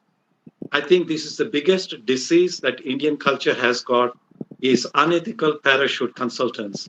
I'm not saying that they're not good consultants, some wonderful consultants, brilliant ones in this country, but the majority I've come across will come when there's an opportunity to find money. So same thing with CSR money. CSR money is used, and the people who are actually responsible for managing the CSR funds themselves are not really educated about the cultural sector in this country. So my argument has been with the government that the CSR funds, a percentage of them should go into a national cultural fund, which is managed by an autonomous board, with grant giving ability, at least one of the strategies. There are many strategies in a country like India. So I think when India announced, that 2%, or India has the highest percentage of money going for CSR in the world compared to any other country. I was at a UNWTO, World Tourism Organization, and UNESCO forum speaking, and I felt so proud. I thought this is fantastic. In India, this was in Cambodia, that at Siem Reap. I felt so proud. I said to them, here is the example that India has set in the rest of the world. You should match the percentage of CSR percentage that's been allocated in India by law. And this is just before I came back. And then when I came back to India, what I found is, that this is really sad that these are not being used appropriately. However, having said that, I think Dr. Mitra wants us, and so does Mrs. Gajjar and Dr. Barosa. They all want us to be positive about it. We have possibilities. We have potential. We have various demonstration projects, various models. So how do we move forward is the key question. And I think we can keep up discussions like this, the webinars like this, just to raise consciousness. If the consciousness is raised, then maybe we might make some progress. And Dr. Mitra mentioned that finally we have a CEO of National Museums who is also responsible for the National Institute of Cultural Heritage and Conservation, Mr. Raghavendra Singh. He's a brilliant man. He's a historian who understands the range of issues. So we look forward to what's going to happen in the coming years. And some of us have been involved in discussions, and the question of national museum policy becomes critical. But what museums? What do we understand by museums in this country? Are we just aping the West? Are we just aping elsewhere? I mean, we have wonderful museologists, like in India, both in Calcutta, and the Victoria Memorial Director is a brilliant thinker, So do we have the Chhatrapati Shivaji Museum, Dr. Banerjee. He's a brilliant museologist. And Professor Sari Chowdhury brought about many changes, when he was for 5 years the director of Indira Gandhi Rashtriya Manas Sangralaya in Bhopal. But we have some brilliant museologists, but they're very few and far in between. So we need a major movement. The second thing is that there are not many institutions, as Mrs. Sandhya Gajjar mentioned. There are institutes, but are they really engaging with the artists and craftspeople? Are they really working on integrated product design, new product design with them, with respect to the rights holders? She raised a very important question. But this is not happening. How many museum studies programs we have in India? Calcutta, Delhi National Museum Institute, Baroda, maybe another 2 or 3 that we have. But full-fledged museum studies programs, if you take Aligarh Muslim University, also maybe about 4 or 5. And of course, Ravindra Bharati, with Dr. Mitra, she's been doing a whole range of think tanks and raising issues. But these are very few. A small country like Australia with 26 million people, not 1.3 billion, 26 million people, we have 16 programs. We have 16. And as someone who did the national guidelines for Prime Minister and Cabinet, my ambition was that every first year student in an undergraduate course does a museology course, not because they want to work in a museum, but because of awareness raising and they understand about museums and their significance. I think we need some fundamental changes on our educational system. And the new national education policy provides many windows of opportunity to be interdisciplinary, to be innovative. There's more autonomy for institutions, to come up with what they want to do, and culture has been highlighted. Yeah. So, and there are many ways we could move forward on this. This is on YouTube, so people want to watch, they can watch again afterwards. Not many questions have come through. Only some comments about this has been done, that's been done. You're absolutely right. There are things being done. And you can also, on search engines, find out most of what you want. But the key question about CSR has been asked, and the key question remains about national policies.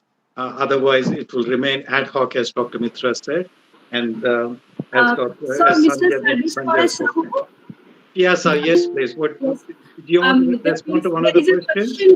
There is a question by Sarveshwara Sahu. There are so many museums across the country and have large space, and how the space can be used for live demo or activities of the craftsmen that can fulfill many objectives. Sure. With your permission, can I answer this question, sir? Sure, Piasi, please. Yeah. So, actually, Mr. Sahu, there are many museums, and when the COVID pandemic was not there, many museums were organizing with several programs with the artisans and the craftsperson. But when the COVID is there is an absolutely lockdown. I don't know what kind of policies are required for the museums to organize the programs on digital platform with small programs, with the live programs with the scroll painters and the other the intangible cultural heritage traditions I have spoken about. So there are many more opportunities, and I don't know that specifically a kind of policies required for doing such kind of programs for giving the support to the artisans and the art practitioners. That is my submission that I wanted to tell. When I was there in Victoria Memorial, being the head of education department, I organized several programs with the artisans. But when today, I have spoken about the COVID situation. When about the COVID situation there, even then the museums can organize such programs. But we have to think about it. Thank you. Yes, you're absolutely right. I'm totally with you, and I'm sure we're all with what you're saying. But let me say one thing about the digital. One of the misnomers in India is digitization. Digitization is the salvation. It's not true. Digital technologies are only a means; they're not an end in themselves. So digitization is important. Digital globalization is taking place in India. Collections are being digitized. So what? I mean, what's happened to all those collections that have been digitized? There's an old Muslim saying that a closed book is like a block of stone. So you can digitize an object or artwork, but as long as it's locked up in a database, it's like it's no use to nobody. But to open them up, we need new interpretive strategies, new exhibition strategies, new approaches. But all those things can be dealt with ad hoc, but it won't help. And that's why, both Dr. Mitra and myself are advocating we need national policy approaches. Yes. And it is internationally, it is a common practice. If you're a national policy, then the responsible ministry then would make a strategy and make a budget appropriation claim with the Ministry of Finance during the budgeting. So we don't have that facility. What is allocated is largely allocated because of consideration rather than policy. So there are many possibilities. All of you are listening. And now what I'm going to do is I think we need to wind up, right, to the organizers, or do we have some more time? Maybe if you have some more time, I'd like to ask we have to go to the next station. Okay, so can I give each of the panelists 1 minute to say something to the audience that they would like to? Please, Sharmishta. Yeah. We'll just 1 minute, please. Each of the panelists, what you would like to say.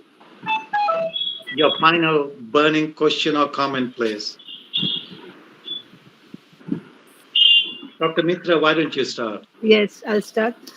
I think the pandemic, can you hear me? Yes, please. Yeah, we can. Yeah, I think the pandemic has brought us face to face with some hard realities in the cultural sector, especially regards to the marginal folk artists. And it is time that we wake up and we address it.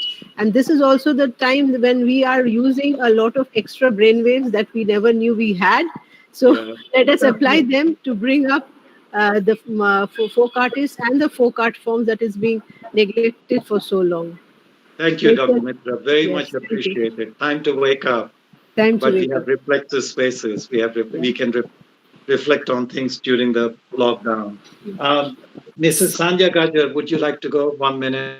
I would like to just make one really extraordinary message which I got from one of our tribal uh, artisans. And when we asked them whether there is enough food they have at the height of the pandemic, they said, yes, we have enough food, but even if we don't have food, it's okay. Can you please send us some money so that I can buy wood and I can buy paper and I can buy pencils and I can keep my work going? I think, this spirit which is there in our artisans, which we are not able to, just not able to understand. I feel Thank so you, sorry. Sanja. Thank you, Sanja ji. I mean, access to resources to continue, their intangible heritage is critical. Piasi, would you like to go last now? Yes, yeah, of course, the policies should be there. We will be waiting for the policies. But let us, at least the major museums in India, let us start small initiatives to really support the art and artisans people in this COVID pandemic situation and in future also. So thank you. Thanks to all of you. Yeah, you're absolutely right, Dr. Barosa. We can't do all things in one go. We can't have big things happen just like that. We got to start small, and we might need some small demonstration projects during the COVID and post-COVID situation. So, would all the participants join me in thanking digitally, virtually, our three amazing panelists and for the Thank you so wisdom much. that they Thank you shared? so much. Thank you so much. Thank you. Thank you. Really Thank appreciate you it. so much. Yeah. Dr. Thank Gala you, and and all the yeah, panelists. Thank you. be safe and take care. Yeah. Thank you so much, sir. Yes, please, sir. Around Right. Yeah.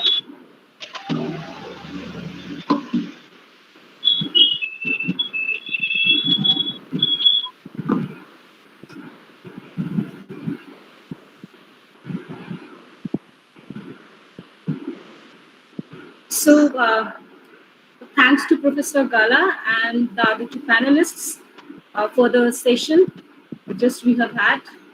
And now it's time to start the second session of second seminar. Here, the chairperson, we have the chairperson, Professor Molly Kaushal.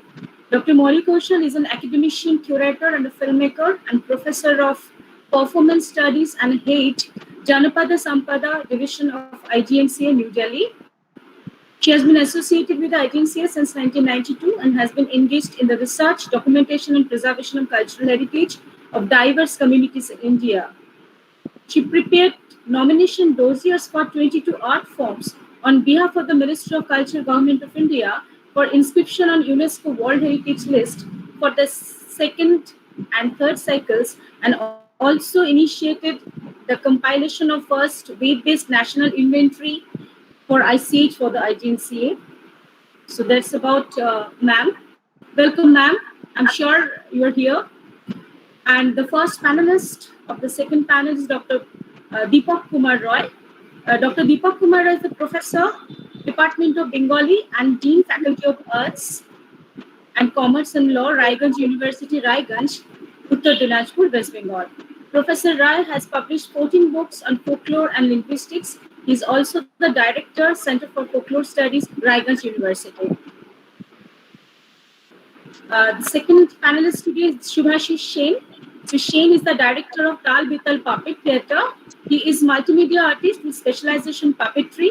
He received training on folklore from Academy of Folk Theatre especially on folk theatre and its allied forms. He has been awarded Senior Fellowship from Ministry of Tourism and Culture, Department of Culture, Government of India on Puppetry in Education. And the last, of course, not the least, panelist is Mr. Kalam Potwa. It's well-known modern Kaligarh painter. Mr. Potwa is a pot artist and innovator of modern art form. Mr. Kalam Potwa actually revived the traditional Kalighat form in the early 90s, and his paintings have been procured by many leading museums of the world. The narration of today's presentation, whatever the presentation we'll be giving today, will be done by Moshumi Roy Chaudhuri, who is the researcher and writer. So over to Madam, Professor Molly Kaushal ma'am. Ma'am, please kindly start the session. Yeah, thank you so much.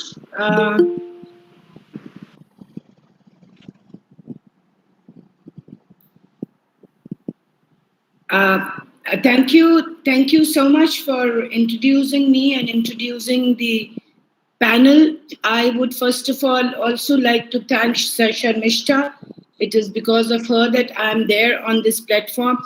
And I am very glad and I feel honored to be here. I've heard all your presentations yesterday on YouTube. I heard the panelists and the chairperson in the previous section. And so many questions that have been raised, and each one of them is so relevant and so important today. And in fact, I would like to congratulate the Kolkata Society for Asian Studies for bringing up such an important issue that confronts us all. If you've been on the national media, you will see that nobody has actually thought of the plight of the folk artists, the folk performers. We've had a lot of stories, we've had a lot of campaigns that have been talking about the migrant laborers, and we don't have a single program that has talked about the concerns and the languishing folk artists and the folk performers. And that also probably, as Amreshwar Gala was talking about the middle class sensibilities. So where do our sensibilities really lie? And even now, when we see that the pandemic is actually much more in the villages and it's more, we're so quick to make judgments and we say, oh, it's after all those people, and only if they're non-migrated, if they, the pandemic would not have spread. So it's with these kind of sensibilities that we've approaching, and we've always approached. India is a very, very hierarchical society, and in those hierarchies, art and culture is a very marginalized. It's on the periphery. It's on the margins. The folk art. Forget. First, you have culture. The culture as entire entity is on the periphery, and within that, then you have, though academically and in our writings and webinars and seminars before that, we've always spoken about, but then in India there is no little tradition, there is no great tradition, and there is a confluence. And I agree that there is a confluence, and we do need to look at holistically at what constitutes greater arts or what constitutes marginalized arts. But when it comes to really the ground realities, that you see that the art itself has created its own hierarchies, and there are the folk arts is something which is which actually has, in a way of speaking, no aesthetics into it. And though we now buy crafts and we decorate our houses and we buy handicrafts and we buy handlooms, but we end up seeing them only as a product, and we don't look at the people behind the product. Yesterday, I had organized a webinar with some of the I just call them the artists, contemporary artists of India, and we had Venkat Sam there, we had Kalyan Joshi speaking, we had Anwar, we had Anil Wangar, And who are these artists? Who are these painters? What are they doing? They are actually the chroniclers of our history. What will be history tomorrow, and what is contemporary today, which are the present time? And look at the ingenuity of these contemporary artists that we have labeled as folk and we've labeled as tribals, and they are the first ones who come about. I don't know when historians will be writing about the Corona period and coming up with their analysis or whatever. But these were the first ones. They have already left you with a document of these present times, which will be tomorrow's history. So what these hands are creating, what these mouths are singing, what these hands are weaving, they are weaving our not just our present, they are in the present time, talking both to the past and creating something of everlasting value for tomorrow. And then when we talk about national identities, and when we talk about linguistic identities, we talk about regional identities, it is exactly that these are the people we want to kind of, parade them as trophies. And even of your great traditions, we are an oral society. We have always relied on our modes of transmission.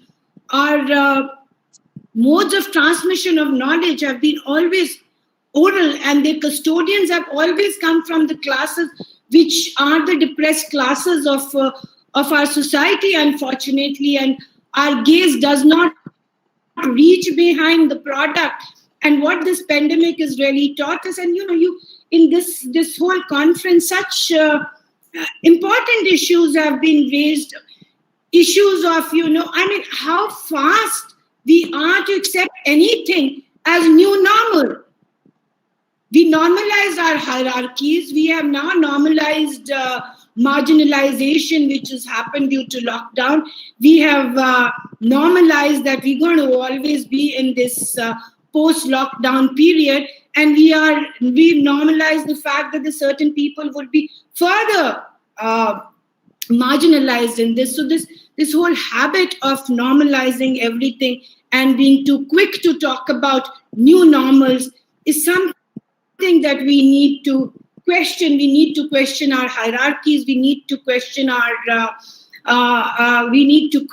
the modes of transmission that are considered as a privileged modes of transmission. And 24,000 crore of your GDP, your economic industry comes from handlooms and handicrafts. And the fact that we said that it's only a produce, you marginalize the ritual specialists, you marginalize the singers, you marginalize the shamans or the oracles, you marginalize. And what does happen to Pithora? This was a wonderful presentation in the last session, that you started having these, miniature on paper craft traditions which are sold like 10 rupaye mein. Venkat was, yesterday in my webinar when he spoke, he said these, buyers from the city would come and they'll say, how much did you spend on this paper? Maybe 10 rupees. How much color have you used? Maybe another 3 rupees. And why do you want to sell it at that higher cost? It should not cost more than 20 rupees or so. So these are the questions. And then we come to the digital platform, and also we talked about CSR. Yesterday, Saratji talked about the new economic policy, and we've talked a lot about digital. So digital platforms, and digital platforms have their limitations, that one agrees, but digital platforms are probably also, if we are saying, okay, we are in the new normal, then digital platform probably will also democratize this space, democratize the marketing of you talked about in the last session about the middlemen making most of the money. And where does the CSR money also goes? It doesn't go necessarily directly to the makers of this art, to the makers of our history, but it goes to certain institutions, it goes to certain NGOs, and nonetheless, understanding that what important role the NGOs and the government institutions and private institutions and corporates can play together. There is a much more need of our coming together in order to think about policies. We talk a lot about national policy. I remember when I grew up, this word was like something that should never even be mentioned. The national cultural policy, what are you talking about? The policing regime. But we realize that if we have to handle a massive, and it cannot happen through charity. I know so many people are making efforts. Ananya's presentation was so wonderful. Maitra's presentation today was so wonderful.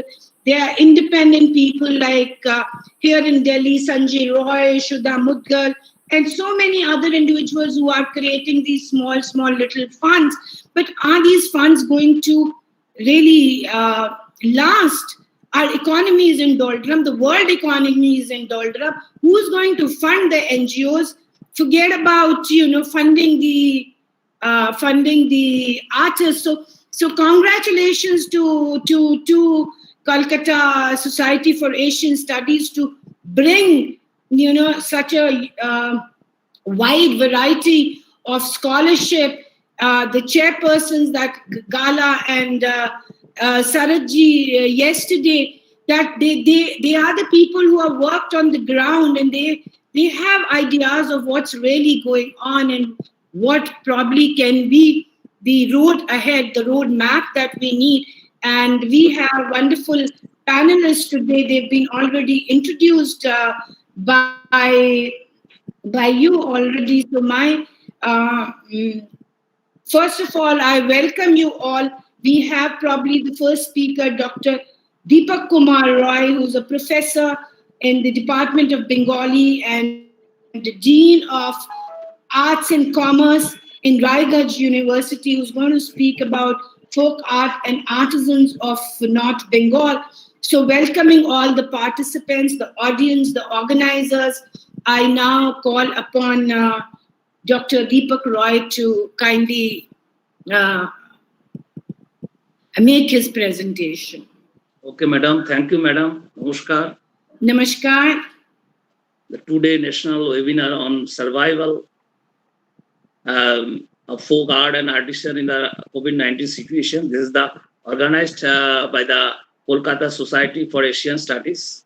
Thanks to Kolkata Society for Asian Studies for this privilege.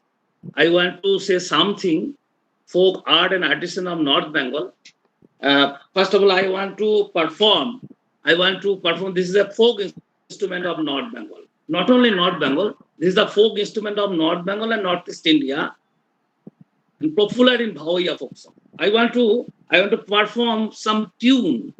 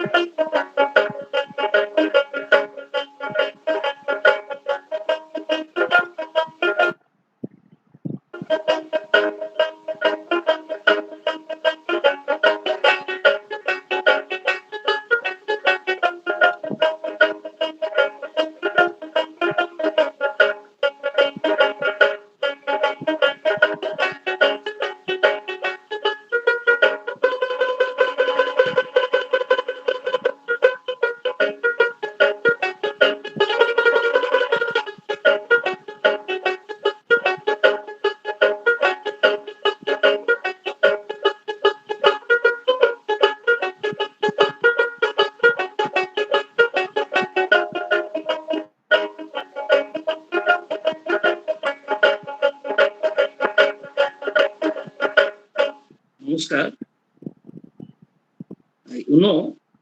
The North Bengal, there is northern part of West Bengal. Northern part of West Bengal, North Bengal, state of West Bengal, has a rich cultural and artistic heritage.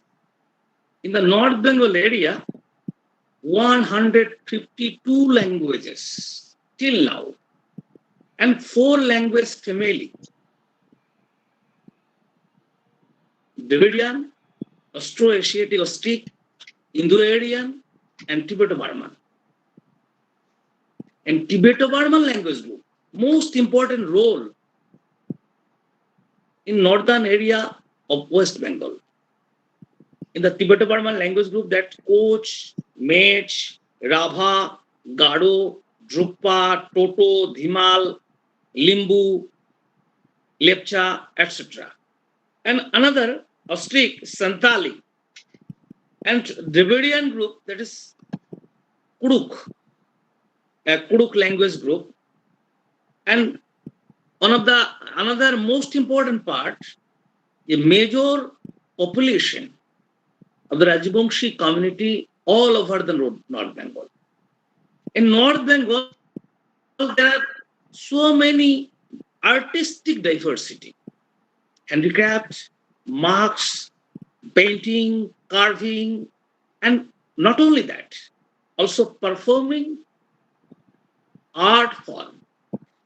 First, I want to say that is marks of the another in Mukha, in Bengali Mukha, and locally known as Mukha or Mukhos. Mukha or marks or Mukhos, one of the most important implements. It has a many mysterious history.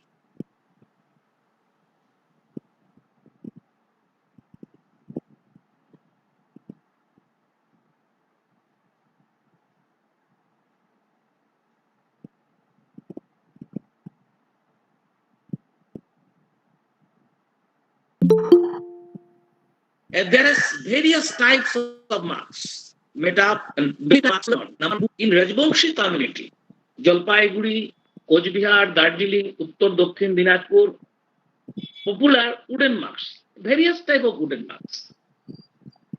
These wooden marks actually based on mysterious history, Ramayana, Mahabharata, and local folk deities based wooden marks.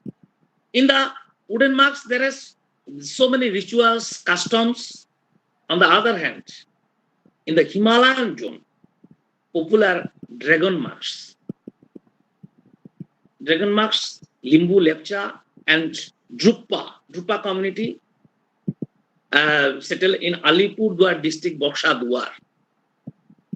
Once upon a time, dragon marks popular in Dhimal community and also Koch Rabha community of North Bengal. Nowadays established these marks tradition. These marks, some of the marks came from the tribals community, not only tribal, Mes community. In the Mes community, they are known as Mes in West Bengal. In Northeast India, named as Bodo Kochari or Bodo community. Not only Bodo community, Gado, Bodo, Rabha, and Hajong, that's undivided Gwalpara, Washam, and Hazan community of Meghalaya, and Dalu community, and Koch, Wanang, Harigeya, Tintakia, Banai, Chapra. There are so many wooden marks popular in the rituals, custom, and performing art. In the pandemic situation, artisan of the marks artisan of this culture, they are day to day deprived and they are day to day marginalized in this present situation. On the other hand, I want to say bamboo craft and bamboo law popular in North Bengal. Fishing implements, so many fishing implements made by bamboo. Dhorka, Dedu, Temai, etc. Chadu Chandra Shanal, a renowned scholar. In the Rajbansis of North Bengal, they mention various type of bamboo implements, fishing implements, popular in North Bengal and Northeast India.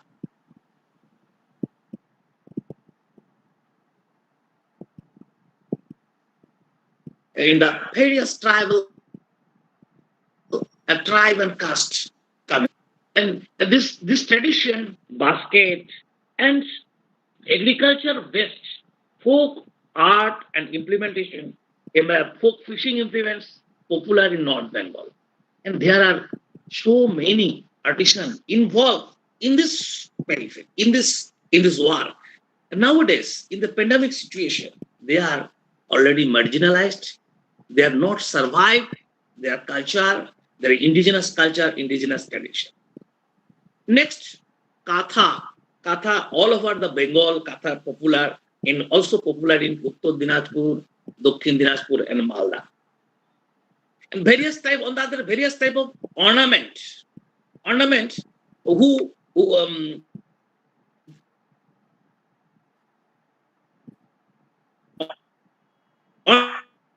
ornament that is in the Bhawaiya song, popular, Baniya Bondhure, এখন নোলক গড়ে আগে, etc. Ornament popular in Chandrahar, one of the most important ornaments in Koch Rabha community and Rajbongshi community and others communities of North Bengal. Chandrahar, Muthakhadu, Shakakhadu, this is the most important folk art. But today, this artisan of folk, ornamental men, that is Bania, who are made this ornament. This call in North Bengal, that is Bania. Bania, till now, there is no any patronization, no any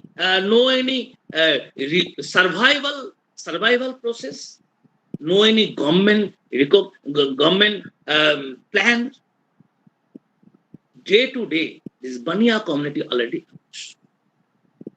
and this ornamental tradition, which is the most important part of our culture, of our heritage, already marginalized. Dress and weaving art, popular in Mech community of North Bengal. That is Dokna. This is the Fanchek. It came from actually Kocha Rabha community of North Bengal. Fanchek. And Fanchek, one of the weaving art. There are so many motif. This is the most important. And not only that, in Coach Bihar district, that Mekligons, popular Mekla art. And another part of Uttar Dinajpur, the popular Dhokra art, Dhokra Shri. And not only that, Patani, Phota, most important part of Rajbongshi community. And Phota, Patani, most important color contrast, yellow color of the Rajbongshi community, yellow color, most important part. And the Kocha Rabha community, red and black. This is the most important part of this ethnic community, ethnic culture, artistic view, point of view. This is the most important. And not only that, in the folk deities of Mashan, in the Coach Bihar district, there are so many folk deities of Mashan. Mashan, one of the regional folk deities. And popular all over North Bengal, not only North Bengal, undivided Goalpara, Assam, Meghalaya, lower part that is Tuda area, and West Garo Hill, and Nogao, Dorong, Bongaigaon, in this area. And Nepal, Chapa Morong Sulsuri area, this Mashan art form, very, very popular art form. And on the other hand, Alpona, all over the Bengal. Alpona, there are so many motifs, there is folk painting formation. This is the most important part of folk art of North Bengal.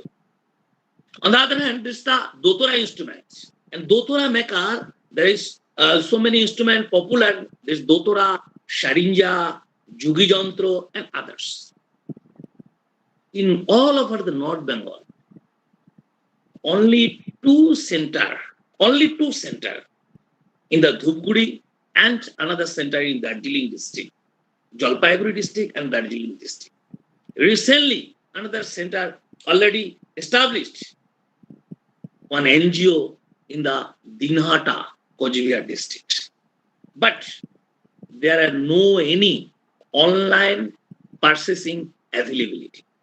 In this pandemic situation, in the COVID-19, They are already marginalized. There is no any communication, no any processing, no any communication, no any facility. Day to day till now, we are work on this art form. They are deprived.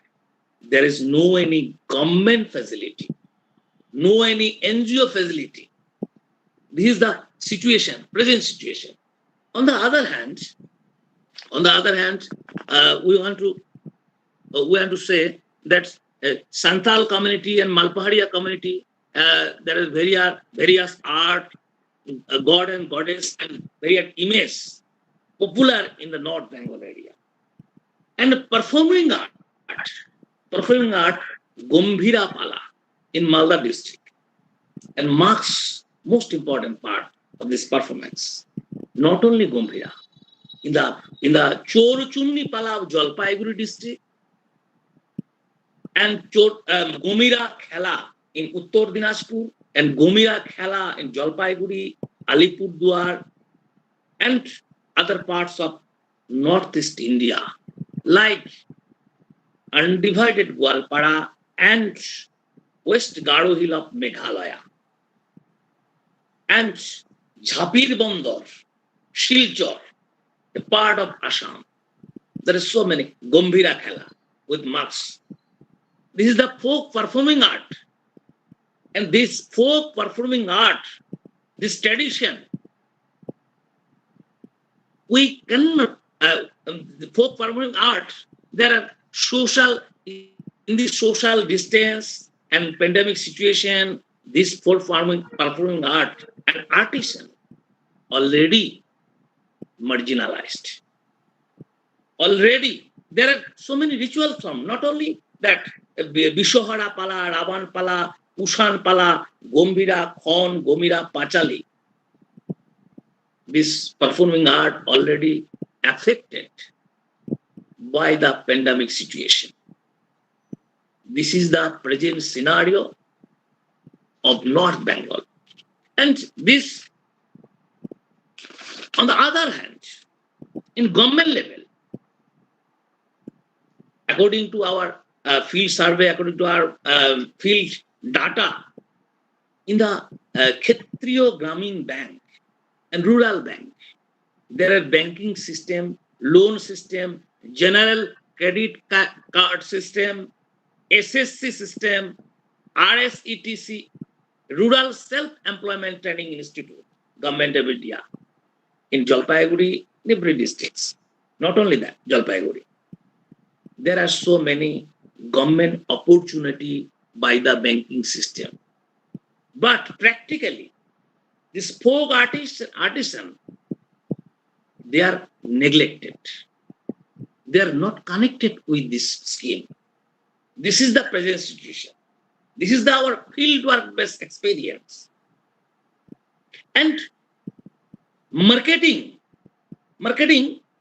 today, nowadays, Vishwa Bangla Haat, already established by the government of West Bengal. That's okay.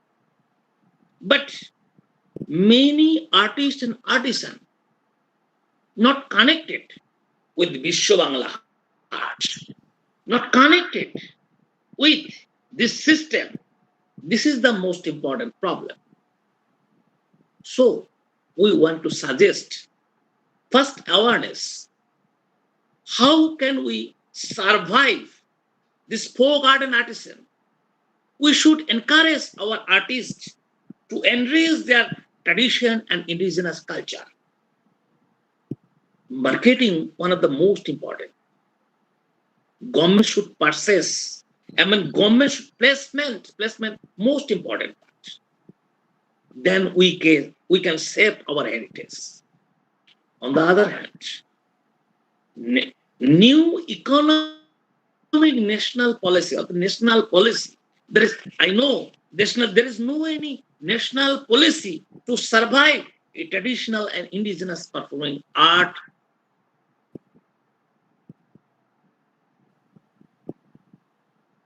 and artisan in our society who are neglected. I want to suggest online performance availability. So many folk artists and artisans belongs in this area. Not only performing art, but also folk art form, alpana, mukhos, and other instrumental implements, various implements who are made, various implements. And they are came from the marginal class. Came from the marginal class. And till now they are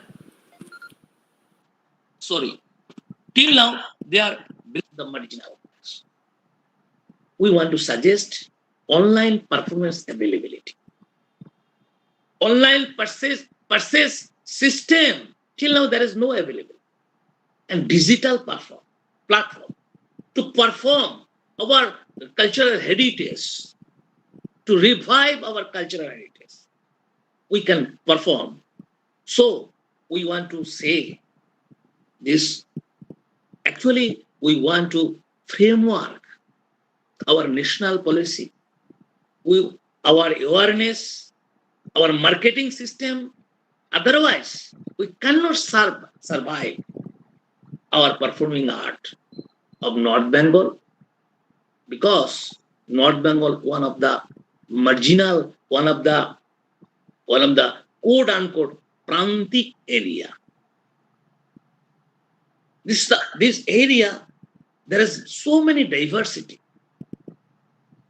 152 languages already still now in North Bengal area. And there are so many diversity, cultural diversity. This is our unity and diversity. We want to survive our cultural diversity, our performing art form, our folk art and artisan in the pandemic situation. We should identify our national policy. Otherwise, we cannot survive our artists and artisan in this situation. Namaskar. Thank you.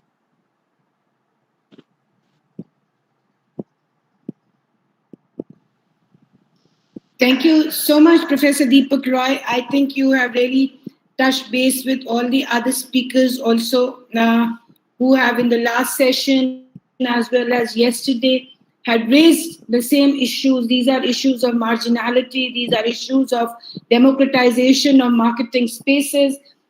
These are issues of the diversities and marginalities within those diversities. So very, very important issues that we confront in this new normal pandemic or post lockdown period. And how do we come together? The question always remains is that how do we come together? And Lena Vincent actually gave a beautiful comment here, which is also stressing about the digital platforms. And as I said, that despite whatever limitations that these digital platforms may have, but they do provide us with an opportunity. They do provide us with a opportunity in which we can actually think of how we can democratize these places. How can these artists can themselves be, there has to be a question of digital literacy, which is very important, but digital training is very important. But as you so rightly pointed out, Professor Deepak Roy, then when there are these marginalized communities which are unlettered, which actually may not even have access to, the so much today hyped smartphones, and again marginalized within the larger sector of arts and crafts, where you will again have people who have access to resources, who are digitally much more powerful, they have more gadgets, the infrastructures are much more developed. And when then there is this competition begins to happen in the digital spaces itself, then where does this marginalized sector, where would these marginalized communities, you're very right that you talked about the community. Again, the heart of all this is the community. And then where do these communities, how would they survive? People have already written about, Lena also wrote that CRS funds find their way in some spaces. Now we We have this whole policy for micro, small, medium enterprises. I don't think that the folk artists or folk communities, if you want to call, but I'll put folk within the quotes then, that these marginalized sections or these sections on the periphery, if they are ever going to benefit from that fund.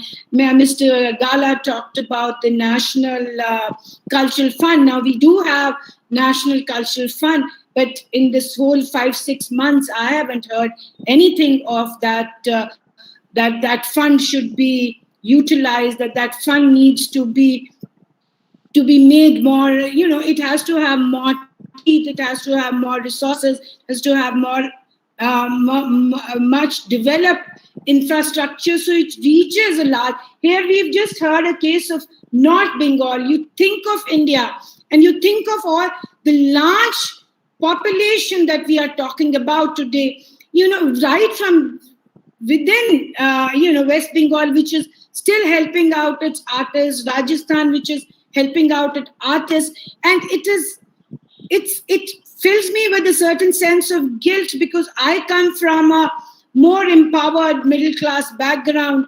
I have a secure job which will provide me salary at the end of the month. But when people call and then when they're crying and they don't have food to eat, forget about money to buy their paper, money to buy their wood, money to buy their colors. What about their patrons who are themselves marginalized within a larger system of hierarchies that we have created, and more which are based not only socially but economically based hierarchies, and the patrons don't have money to support their dependent caste. So even those traditional structures which existed, which supported each other and supported this whole continuity of tradition, we are seeing that how they are really breaking apart. And thank you, Deepak Roy. Firstly, it was so wonderful to hear you with your Dutara, and it kind of really gladdened the heart that when we're talking about this grim scenario, but within this grim scenario, as all the panelists today have said, that within, and our artists are so resilient. Yesterday one of them was talking about, national new education policy, and he had dreams in his eyes that probably he can go back and, Gotul system can be developed again. So this resilience and to reinvent, our artists, actually those are really pushed to the wall, are at the brink, become so resilient and they become so innovative, because the spirit to survive, spirit to live, spirit to create is something which is so biologically inherent in those who have been deprived from everything else. So yes, there is definitely hope. And Deepak Roy, you bring in, both the despair and the hope together in your presentation. And thank you so much. I'm sure at the end of the session, there are going to be so many questions that participants, the audience will have, and we'll come back to these issues again and again. And I think my next speaker is Subhashish Sen, who's the director of Tal Betal Puppet Theatre, and who is going to, and it's so important, and I think the title itself is so touching, and is kind of a clarion call that we should, have for our folk artists. When you ask a question like, is there any room for artists and artisans in the society?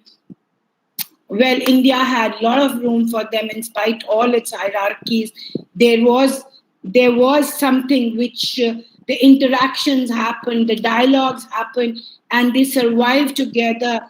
But yes, in these times, when both those who provided the patronage and those who are looking for the patronage, when both of them find themselves today in limbo, where does our artists and where do our arts really stand? So, Professor Subhashish Sen, welcome, and I very eagerly look forward to this talk, which has, resonates so well, I think, across all those who empathize and who work in the field of of these arts and these communities. Welcome, and please present your views. Thank you so much.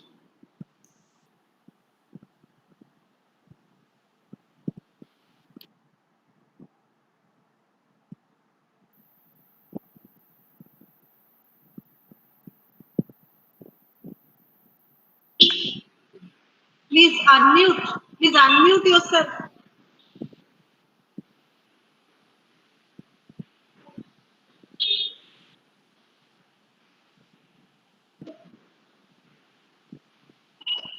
That red button down below, you just click on that, Professor Sen.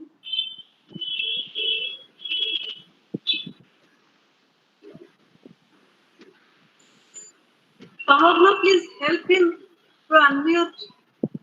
Sir, please try to rejoin. Try to rejoin.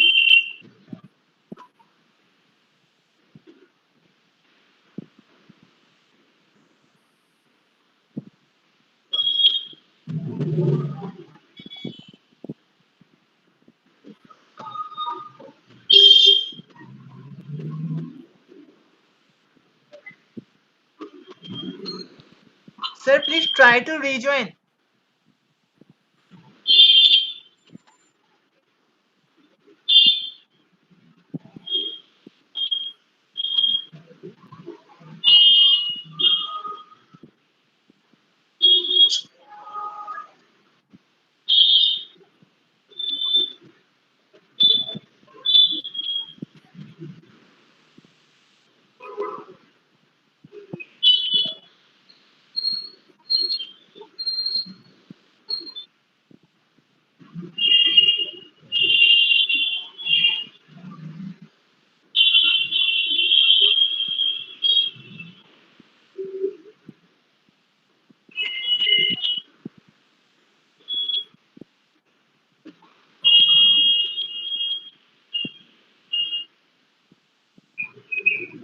Join করেছেন? Hello, hello, না এখনো করেনি, join করেনি।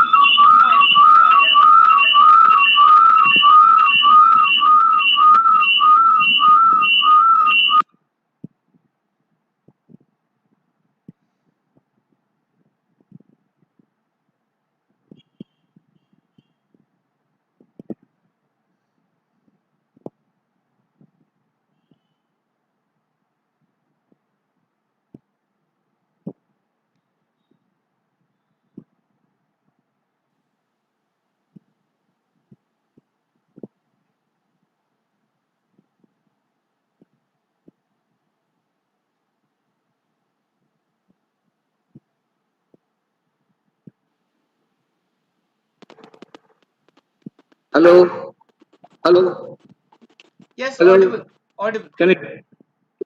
yes, yes, yes. We can hear you. We can hear you. Sorry. Something happened. I didn't know. Excuse me. No, Okay. Good evening, welcome again. all viewers of this webinar session. Distinguished and eminent school of panelists. Introduce the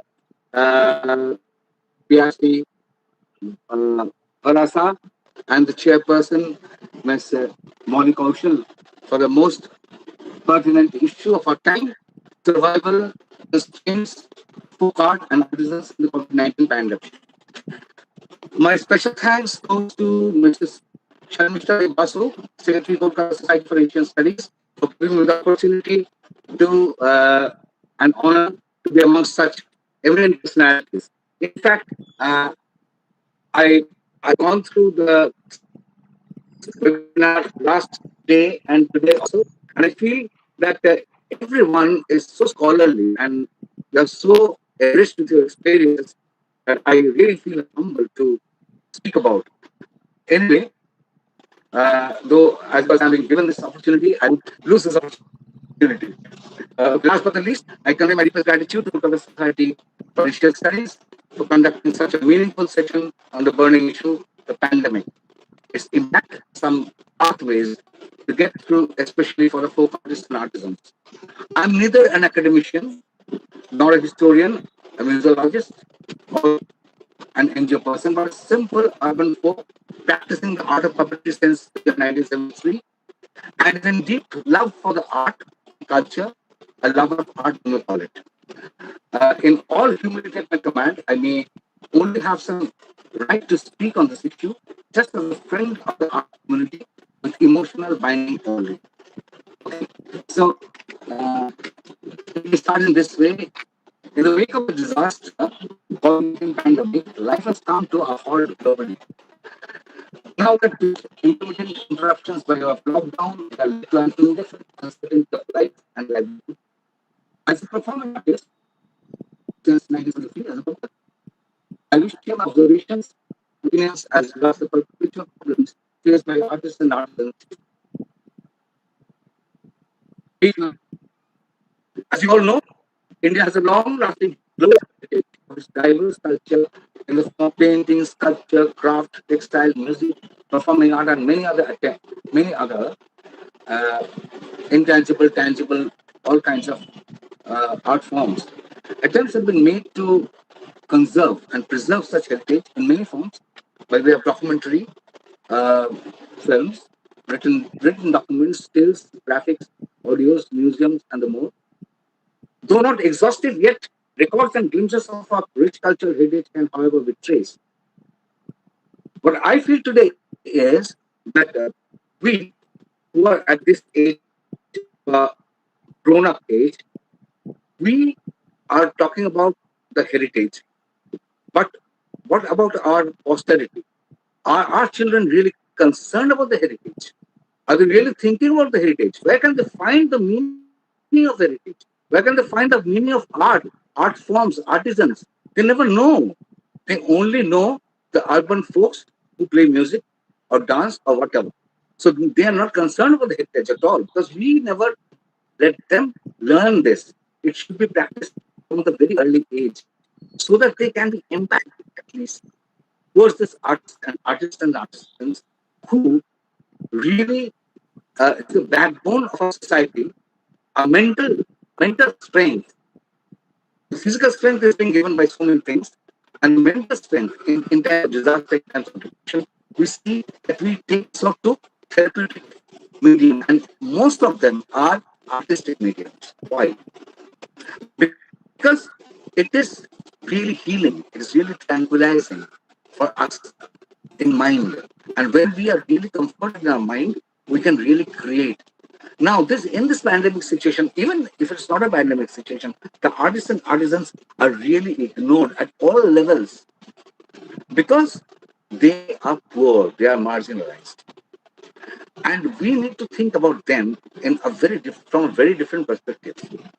Today, we are concerned, even maybe all of you who are the panelists and who are the chairpersons and all, and those scholarly people, you all know, I know very well. But the thing is, most of us are not really concerned about the whole thing. And that is leading to the disaster.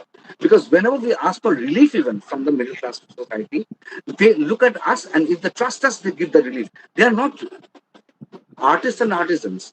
They have no concern for them. They are not bothered to listen to our talks. They only listen to our talks that, yes, we are really trying to help them in some other way. That is my point. So, artists and artisans, as earlier speakers have said, they need a dignity. They need to have an identity. They need to be appreciated. They need to be really glorified because they are really doing something or have done something. And isn't the contemporary that they are pushing forward their things into the market and really, what should I call it, educating us with colors, with vibrant music, with vibrance everywhere. So why not give them that particular respect? Then comes the money. The money is very, very important. Otherwise, they can't live. And without them, we can't live a life. We can live a living, but we can't live a life. So they are the life source. They are the lifeblood of us. So they have to be really patronized in a really serious manner. And we need to be very compassionate and very faithful to us also, that we don't take away their money in the form of middlemen or something like that. We have to have a very honest heart for that. That is my approach as an artist for the artist.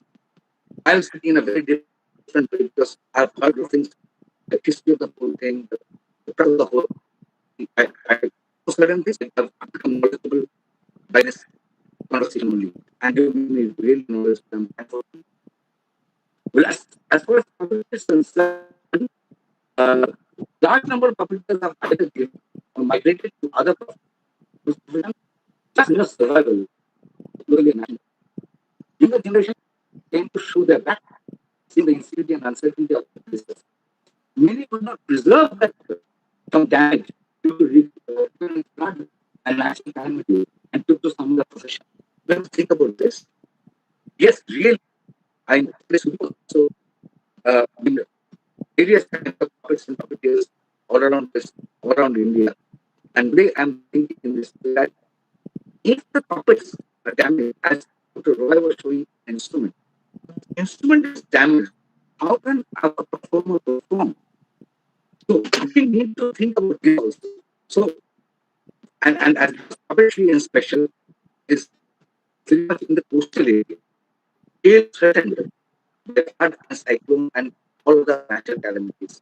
So we have to think for them in some way. I'll be trying to post some sort of solutions for it. And I'm really charged up because of ma'am yesterday and today. If I forgot the name, just a minute.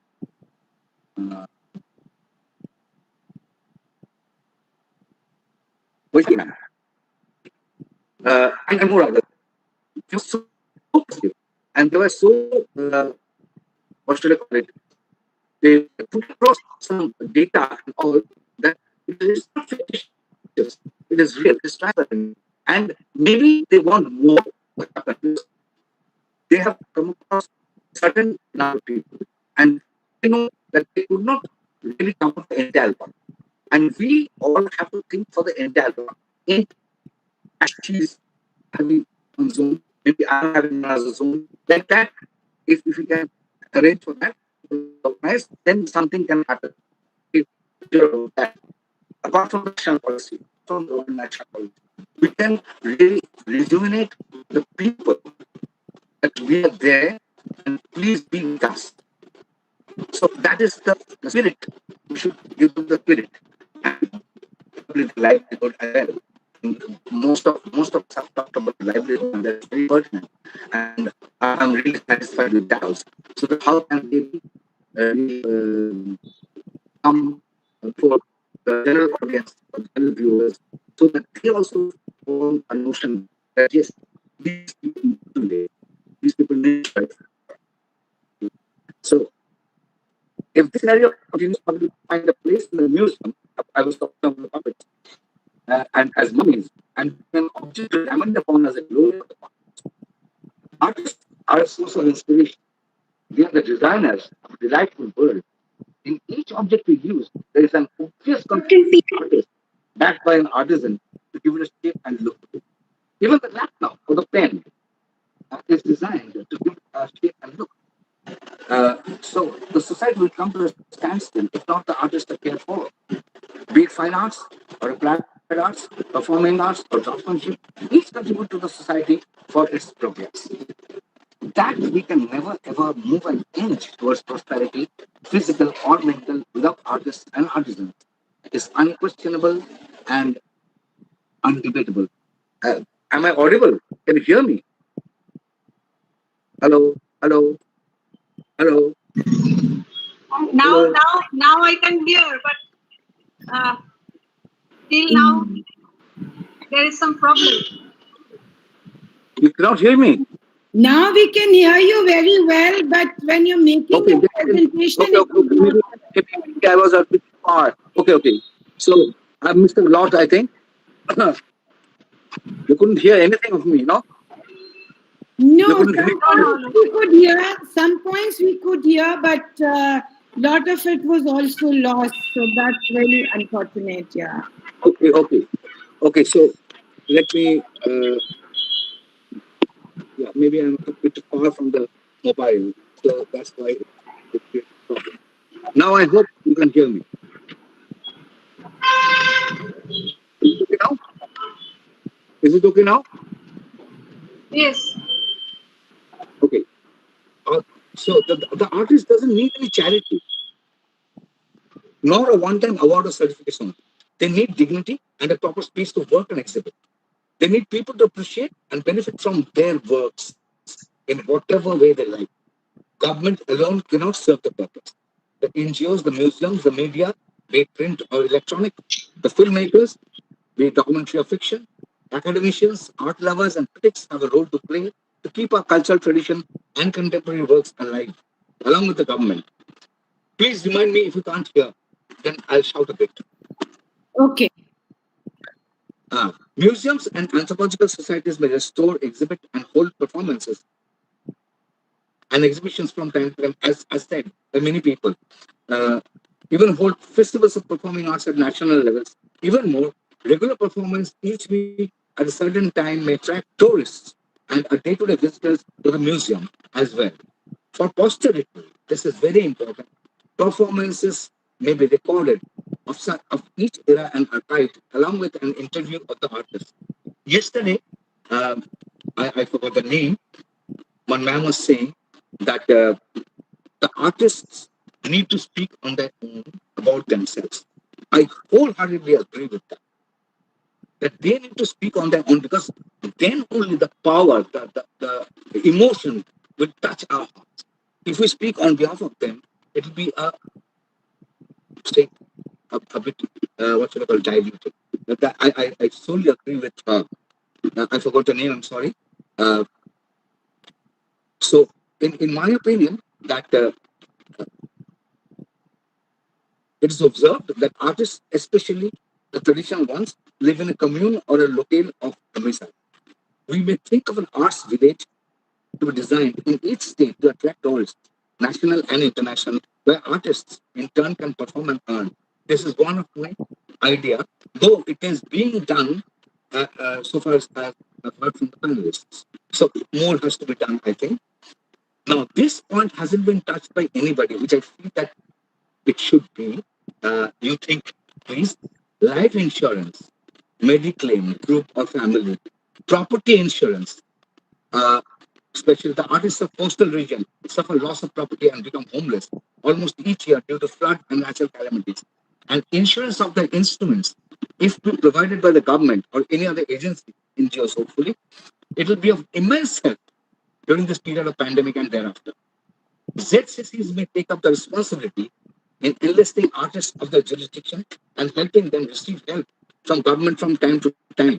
Applications and other formalities may be simplified and slackened for rural and folk artists so that they are not deprived of such help only on the text of formalities.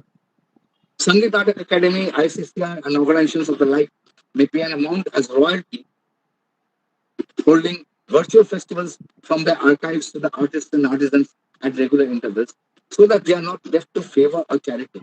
Let them live with dignity which they deserve. And one thing, again, maybe Mrs. Mitra has said, I can't recollect, that you need to name them, you need to have the art form named, whoever uses it. So if I create a documentary and I must, or if I shoot just for the sake of shooting, if I go there and shoot, I have to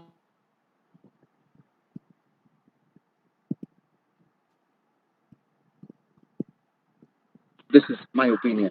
So far as the folk artists are concerned, it is very what you call it, important for an artist to have his or her dignity. Um, Again, there's a one suggestion that when you listen to Patachitra and the Patuas sing, maybe all don't have so much of tune in their voice. They're not singers, but they sing and really open the scroll.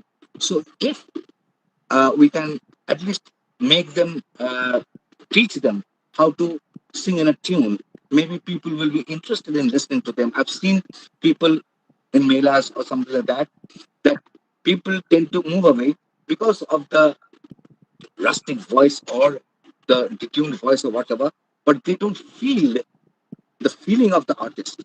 So as a performance, that has got to be a bit polished, I think so. So these are my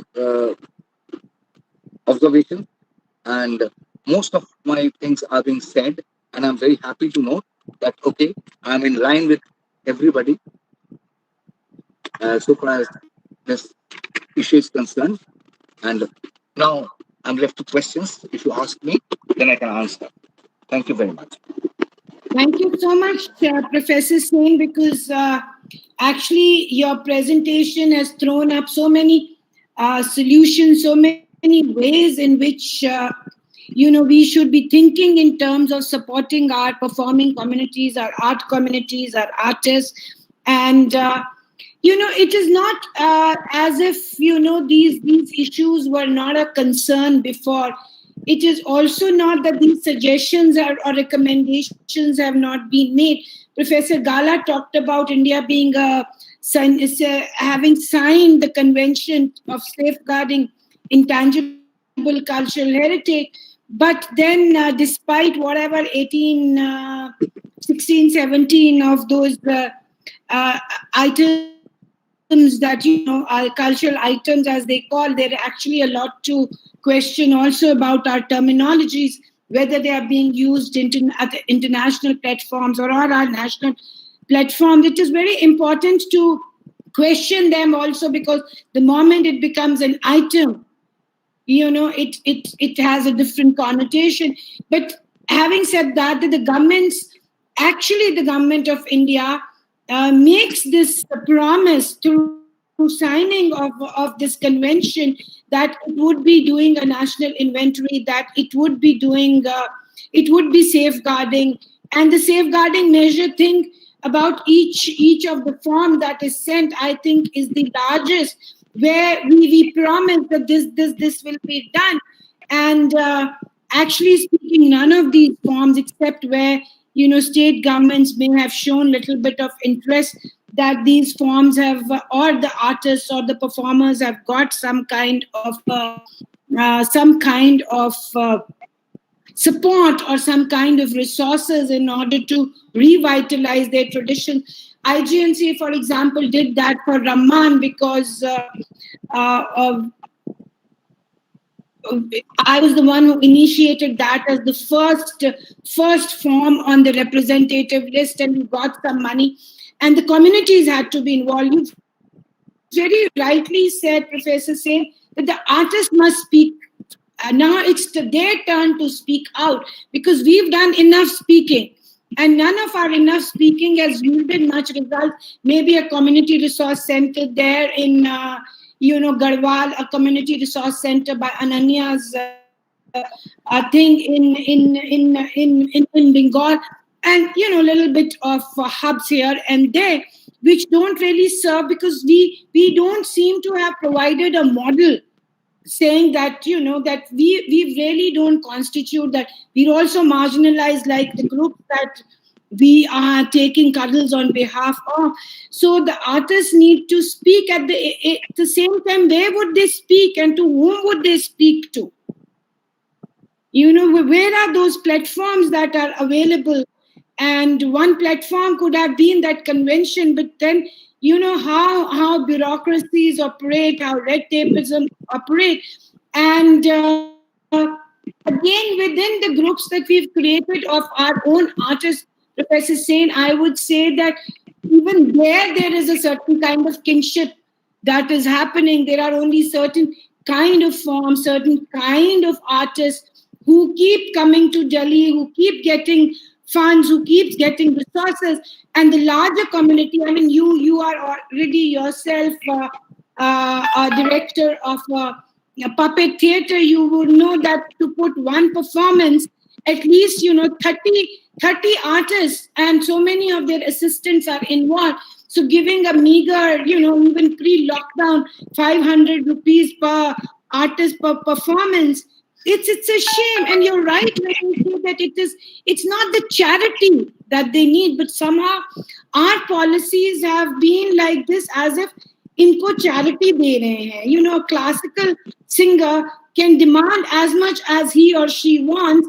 I am not I know that they are also suffering, so it's not like a rebuttal or something, but the fact also remains that the same organizations on the same platform would pay so little to a folk performer than to say so-called the classical performances, and this kinship that goes on even in terms of promotion of certain groups, promotion of certain forms, is something that also needs to be addressed. You're right that we should have health scheme. Now the government of India has a health scheme. Sangeet Natak Academy is probably but how many artists know about that? So the Ananya talked about creating awareness. So first step towards is to create awareness to them about these schemes, about their rights. And again, I would say that lockdown has come as also as a kind of a gift, because now through digital platforms at least that awareness can be created, maybe new solidarities can be created, and a voice has to come. Maybe all NGOs working in different regions have to coordinate, come together. All cultural institutions, private or government, have to come together. And what Calcutta Society is doing right now through this webinar has to be done at a much larger scale. Maybe they'll take the initiative that the voice can be created. Otherwise, artists, whom does he talk to? Even the biggest of artists wait outside those corridors of culture ministry. Where would a poor patwa go? Maybe some of them who have made name for themselves internationally, they may get little access. The other one would not even be allowed inside. So the situation pre-pandemic, during pandemic, and post-pandemic is a continuation of how we have marginalized, we have hierarchized our institutions, our art traditions, our communities. And unless those hierarchies are broken, and I do think that digital platform probably can provide that, because I know the new hierarchies will, as I spoke, that high art and little art, who has the infrastructure, who has the money, who has the resources, who will have the patronage, all this will be there. But I think that your at least presentation is giving some concrete suggestions, and what I'm adding to it is that all this exists. It's there on the papers. These schemes are there. Insurance, health schemes, all that. But the common performer doesn't even know about them. So how does he exercise his right? Is a moot question. And does larger systems really geared towards people who can exercise their right, is another question that probably we need to ask. And thank you so much, Professor Sen. And now we have Kalam Patwa, who actually is that voice, and probably his periods of struggles. He went through all that what his community, his own fraternity is going through right now. And there is demoralization, there is depression, there's a question of mental health. Not every artist is being sold on digital platforms also. So who else can raise those questions, or who else can provide that voice but those who have found a certain space, a certain niche for themselves? And Kalam Patwa, who is influenced by Kalighat painting, who has innovated so much in the tradition, is the right voice to listen to. I invite Kalam Patwaji to come and speak to us and share both his anguish as well as lend voice to his fraternity on this platform. Kalam Patwaji.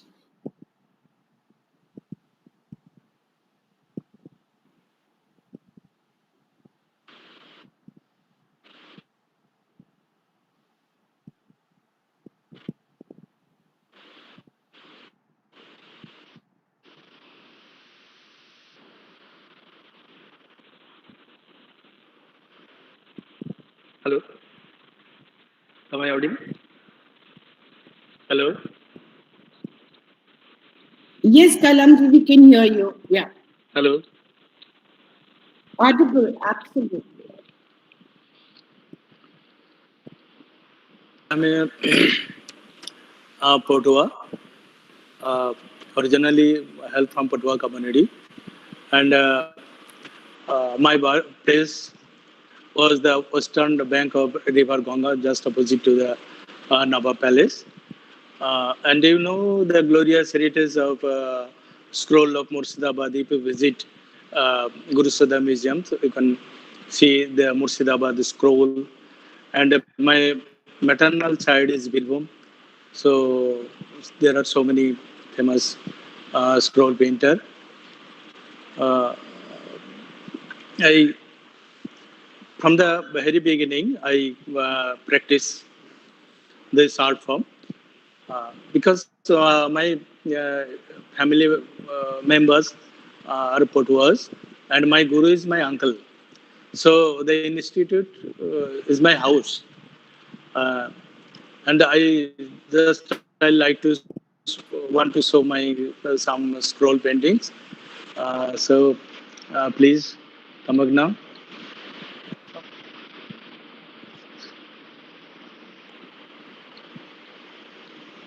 just a quick through. So, so this is scroll on Rabindranath Tagore.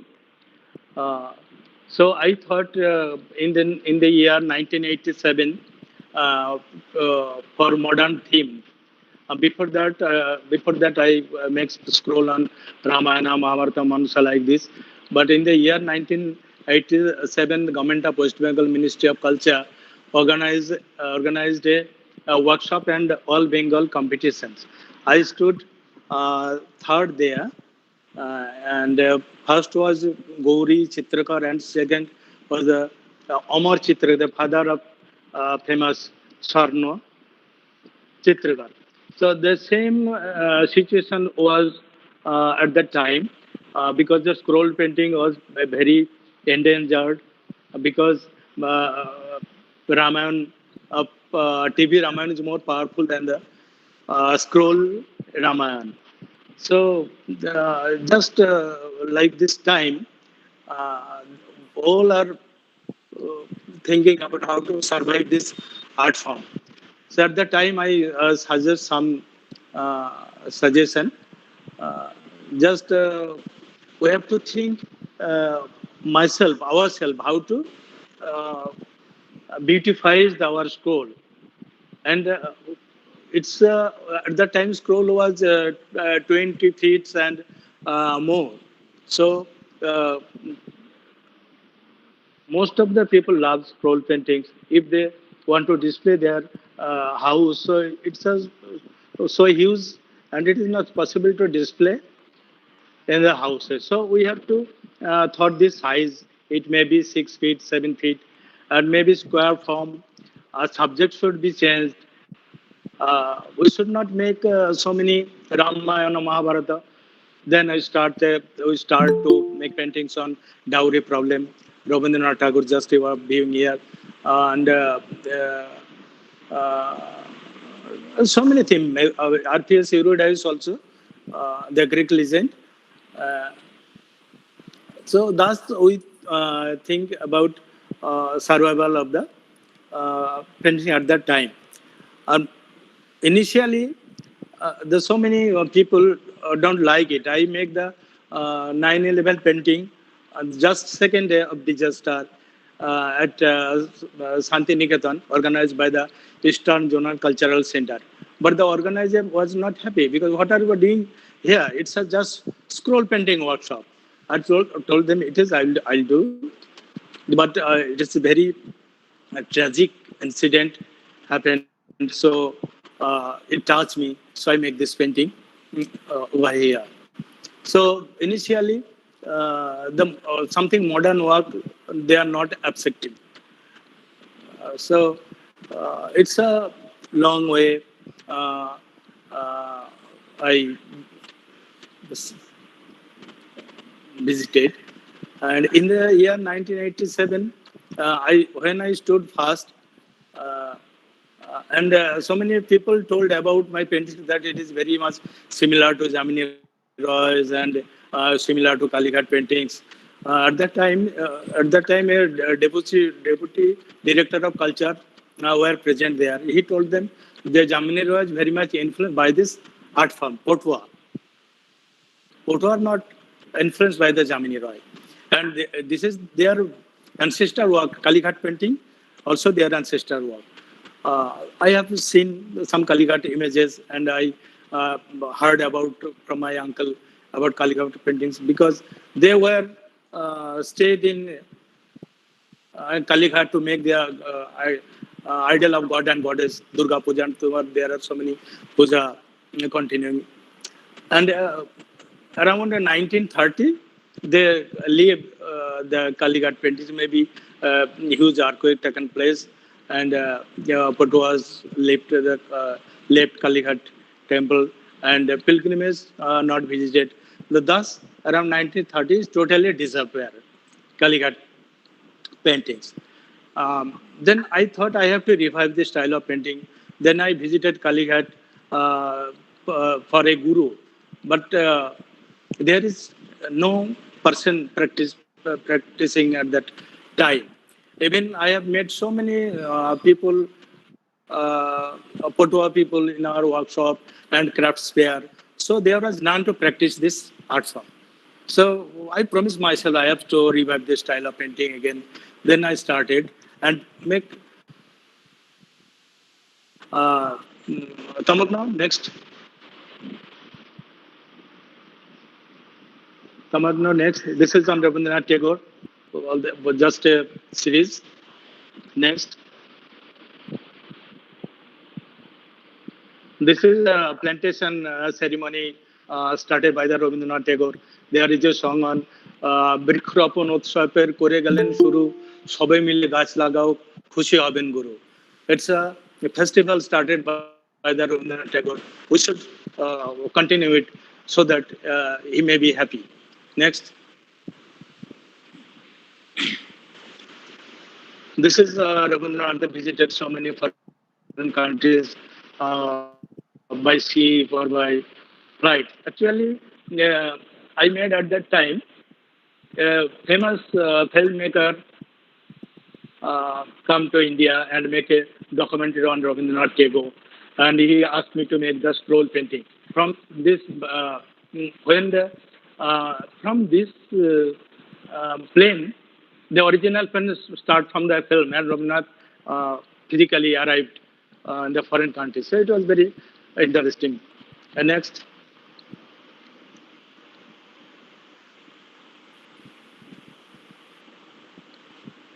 Again, the Santiniketan started the education center, the Viswabharati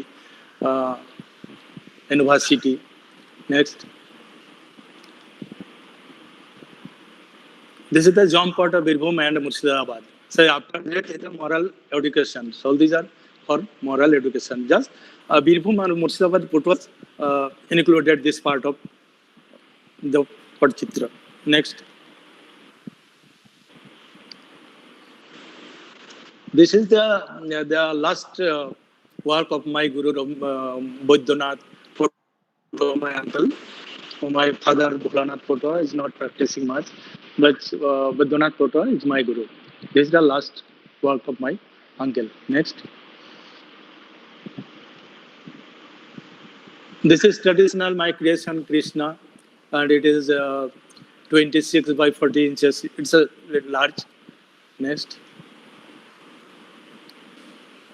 This is Saraswati, the bigger side 22 by 30 inches on paper. Next.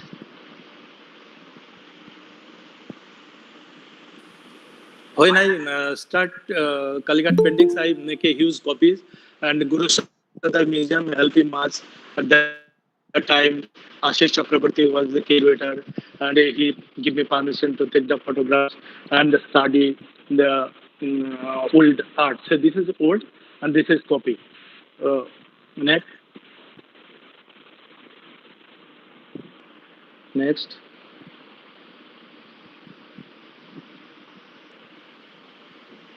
So this is my style and traditional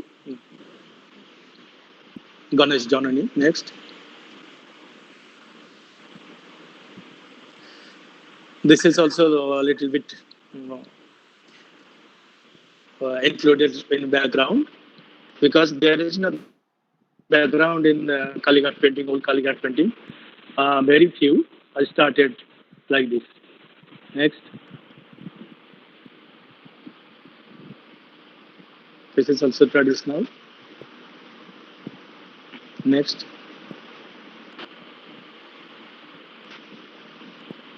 Again like this. Next. The air is blowing and she's singing. This is one of my starting in modern thought and thinking. Cell phone arrived with 2000 like work in the year 2000 I think. Next. The romance in post office actually for your kind information, I am a postal employee. Now I am working in the Dampurat head post office. So I have a series of paintings on postal service. Next. This is Lodhi Garden.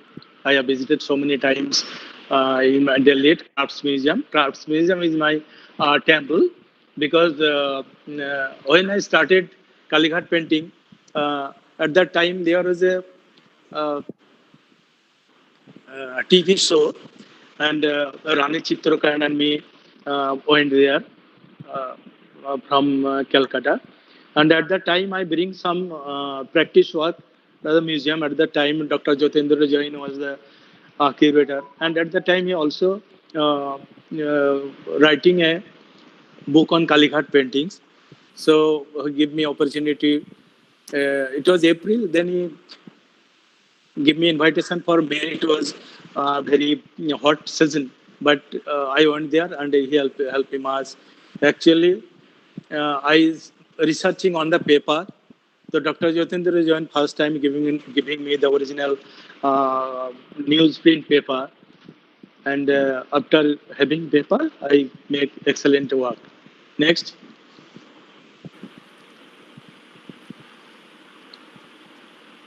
This is my personal thought and thinkings. Next. Actually, I told Dr. Jyotendra Jain that I want to make an exhibition like a modern artist. I want to make something modern work because art and everything is like a river. But we are staying, we just stand, uh, just like a bath, and we should be rotate. So rotten water is not so fine. So I told him I want to work something new, which I am thinking, and I showed some my work, and he was very happy, and he take me to the gallery space, uh, and Renu Modi, and she was very much interested, and it was her solo show in 2004. This is one part. This is just left side. There is isolated figure you can see over there. That is me. Actually, at that time, the modern painter not talk much as I am folk painter and inferior quality very much. So I am alone. They are gossiping, they are taking drinks and everything, but only that side I am alone staying there. So these ideas and the situation radically changed, and they appreciate much nowadays. All the very famous artists are a friend, not only Indian, all over the world in Facebook. In Facebook. So this change happened in my life. This is my journey next. This is a important thing. I came to know that there is so huge collection in Victoria Albert Museum. And I had a dream. If sometimes Victoria and Albert Museum responds my work, but it's happened suddenly. I got an email from Suhasini Sinha, and she wrote there that I'm very much impressed to see your work in Paris group show. So I want to make a show, and there are so many conversations. 1 year, she came India several times. I met them, and mm, a tour exhibition she started from Victoria Albert Museum, PRC Bharosa. At that time, ma'am was there. It was very excellent exhibition. This is NGMA, I think. I have some bad experience also there. At that time, the curator Suhasini not come. She was pregnant, and doctor forbid to come here due to a mosquito, I think. She told me, and I Uye Potua was not get enough honor over here. Not only here, when he started in the Delhi NGMA, and the curator and the director told me that Potua is staying with us, but he did not take my name. To so many people, they are gossiping. You should ask the name, and he should stand up so that we can see. But he didn't. So this is one of my bitter experience, I think. Even Calcutta, there are so many intellectual moving here, and but they are not caring at me. So next, this is another scroll paintings on mural, crafts museum. It's just subject also crafts museum, because we visited so many times for several years. So it is still there now. So if you pay visit crafts museum, please go to the shop and watch it. This is my request. Next. This is the time of second show at Gallery First. I was there, and this incident taken place. Probably you are no understand what is happening there. So uh, it was very touchy. I made this painting on Nirbhaya Kand. Next. This is intolerance. Actually, artists are not cheap mom. There are so many incidents happening time, but artists, writer should talk about this with their pen or their brushes. Here, two persons. There, it's the image of a mirror. The Hindu and Muslim are fighting each other, but they are sit on the tiger. But who will defeat it, and who will win, and who will get down from the tiger? Tiger will eat them. So we have to think about it. So this is my message to all the Indians, so that we can stay together. Next. And not only that, the behind that so many vultures, they are taking opportunity. This is the Vrindavan Holi. So my motif is Krishna like this, is hairless. Some of what was also using my motif. Next. This is also on Victoria Memorial Hall. So it was not moved. So photographer and visitors, they seeing what is happening, they are thinking about it. So this is one of my work on Victoria Memorial Hall. Next. This is photography series. This is one part of photography series. Next.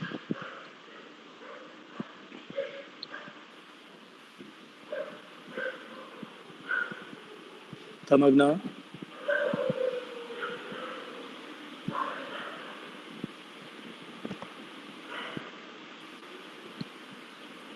Is there any problem? Just quick run through. There are few paintings. Just a moment. Okay.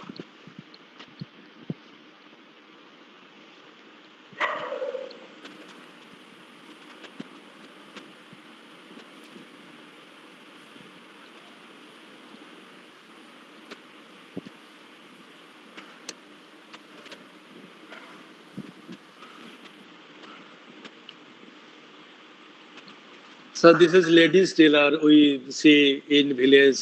So that's something my observations and experience come in my work. Next,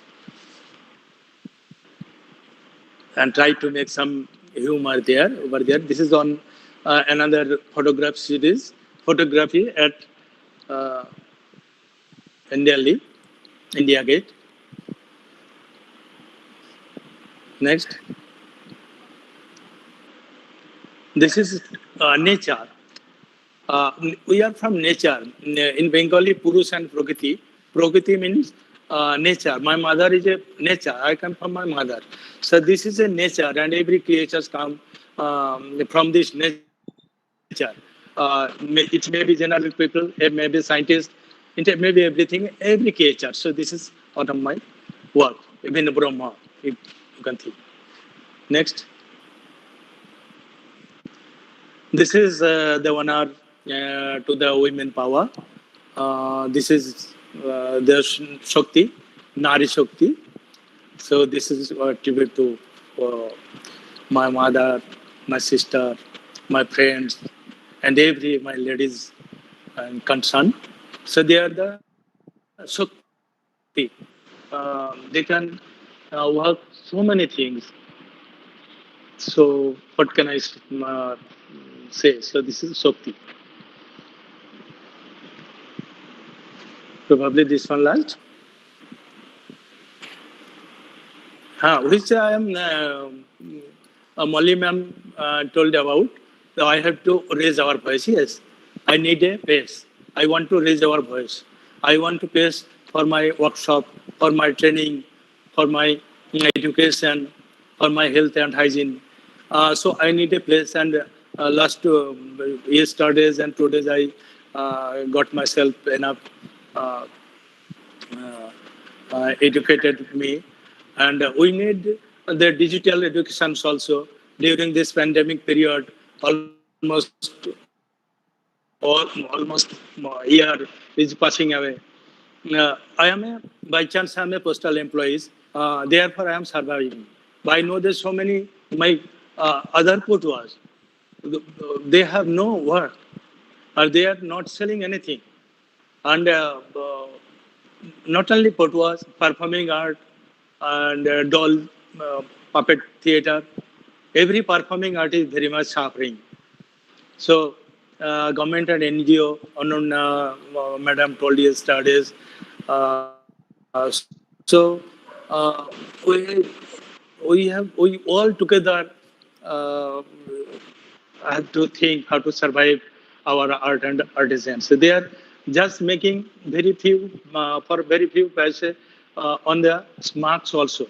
So very little amount they are getting from there. So uh, every government, NGO, and you, the scholar people, just think about how we can survive. So, and from my point of view, so many people told about us. We want to told about us. So we need this space. We need we need digital education. Yesterday I was present in I don't mute my mic and the camera. So I got educated 2 days. So I need this digital education and digital device, all the portals need, so that they can uh, show their works and everything, and they talk about their problems, their need and necessity. So all these, thank you everybody. And I don't know better English. Sorry for that.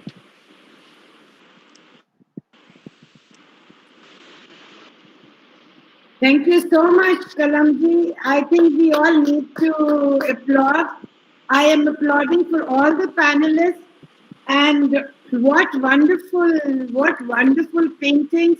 I very unfortunately, this I have to narrate this incident that, like Kalam, other folk, there was another folk painter. I don't call them folk. For me, they are contemporary painters of India. And he went with his material to NGMA. And he was told, this is not a craft museum. Take your stuff to craft museum. We own. So when you relegate such important documents of the contemporary and the chroniclers of the what will be called history today as craft, and to be pushed away from the museums that are supposed to have been created and provided funds so that these documents of visual images can find a place of pride. You talked about dignity, so now you know what kind of truths that we have to encounter. Gina ji has talked about inauthentic, and I'm sure Kalamji has also kind of encountered this, that again, one of the academies who was taking these, taking the artists and performers out for some of the festivals, they said, we cannot accept you because you are not authentic. You are making innovation. So, I mean, this whole thing of what is authentic, this search for the authentic, there's one side is romanticization, another side is that we are we are raising voices as to how to incorporate into a larger, more inclusive ways of thinking, more inclusive way of doing things. And thank you, Kalamji, for bringing your art to us, for telling that, there are street performers. We've not even spoken about it. There are acrobats. There are these tamasha street performers. There are itinerant singers. There are jogis. They're all out on the street. And this is a very, very unorganized sector. So unless there is, as Amresh Galaji was saying, that we start having national registers, we start having national inventories, only then can any schemes can be reached out. So probably we need artist guilds, at a national level. And maybe there are smaller guilds that may exist, but to benefit that, we need much larger infrastructures, more ingenious ways of thinking, and putting our resources to use in a much more meaningful way. I can see a lot of academies who are putting their, earlier recorded performances of our artists, and it's creating audiovisual national archives, but the artists are not being recognized. Their names are not there. They're not being offered any remuneration for recirculating that material. They were, after all, paid for that just one performance. So the copyright of that performance should lie with the performer or the artist. But that's really not happening. But I think we're actually running short of time already. So if there are very pertinent questions that you would like to ask any of these panelists, you're most welcome to do that. Maybe we can just take 2 or 3 questions. And after that, the organizers would probably like to wind up this whole thing. I really thank all the panelists. I've enjoyed wonderful discussions, wonderful solutions that have been provided, layouts have been provided. And my heartiest congratulations to Sarmishta and Leena and Kolkata Asian Society, where all your entire team, for really raising this issue today on this platform. Thank you very much, all of you. And if there are questions, you can put it in the chat box. And so nice to see works of Kalam Patwa. Nice to see Mr. Patwa's work and his journey. Excellent presentation by Mr. Kalam Patwa. So there are a lot of these appreciations that are coming for you and for earlier panelists also. But I don't see any questions. So session, Mr. Ji, would you like to wind up this here? Because I have given my inputs after almost every paper. There's no need for me to sum up again give any. Yes, ma'am. We can wind up there. Then I just want to say that thank you to all of you, all of your effort to join here, and invite Piyashi to all Orpita Basu for vote of thanks. Thank you.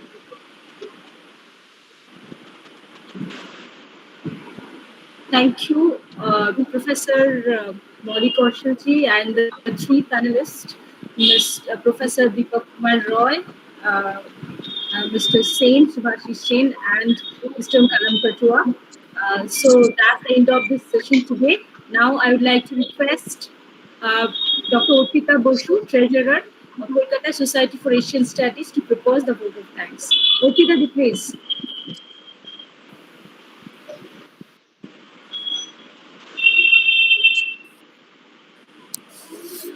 Good evening, all.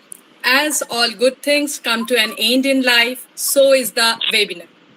On behalf of Kolkata Society for Asian Studies, I take this opportunity to propose vote of thanks to those who have directly and indirectly contributed to this webinar on survival constraints of folk art and artisans in the COVID-19 pandemic organized by our institute. COVID-19 is a crisis for all of us. We all have a new normal life with a lot of challenges. Those videos of jobless migrant workers walking homewards were incredibly moving. Folk artisans, equally affected, remain invisible and therefore ignored by the government, by the media, even by those who used to buy their products. Outside the safety net of regular salaries or social security, they are helpless. The coronavirus crisis had forced artisans' families into a hand to mouth existence. The pandemic has virtually brought the sales of folk art objects to a halt, with almost no takers for the wide range of artifacts in these hard times. Adding to the miseries of artisans, items made by them prior to the lockdown in mid-March, based on orders from customers, remained unsold.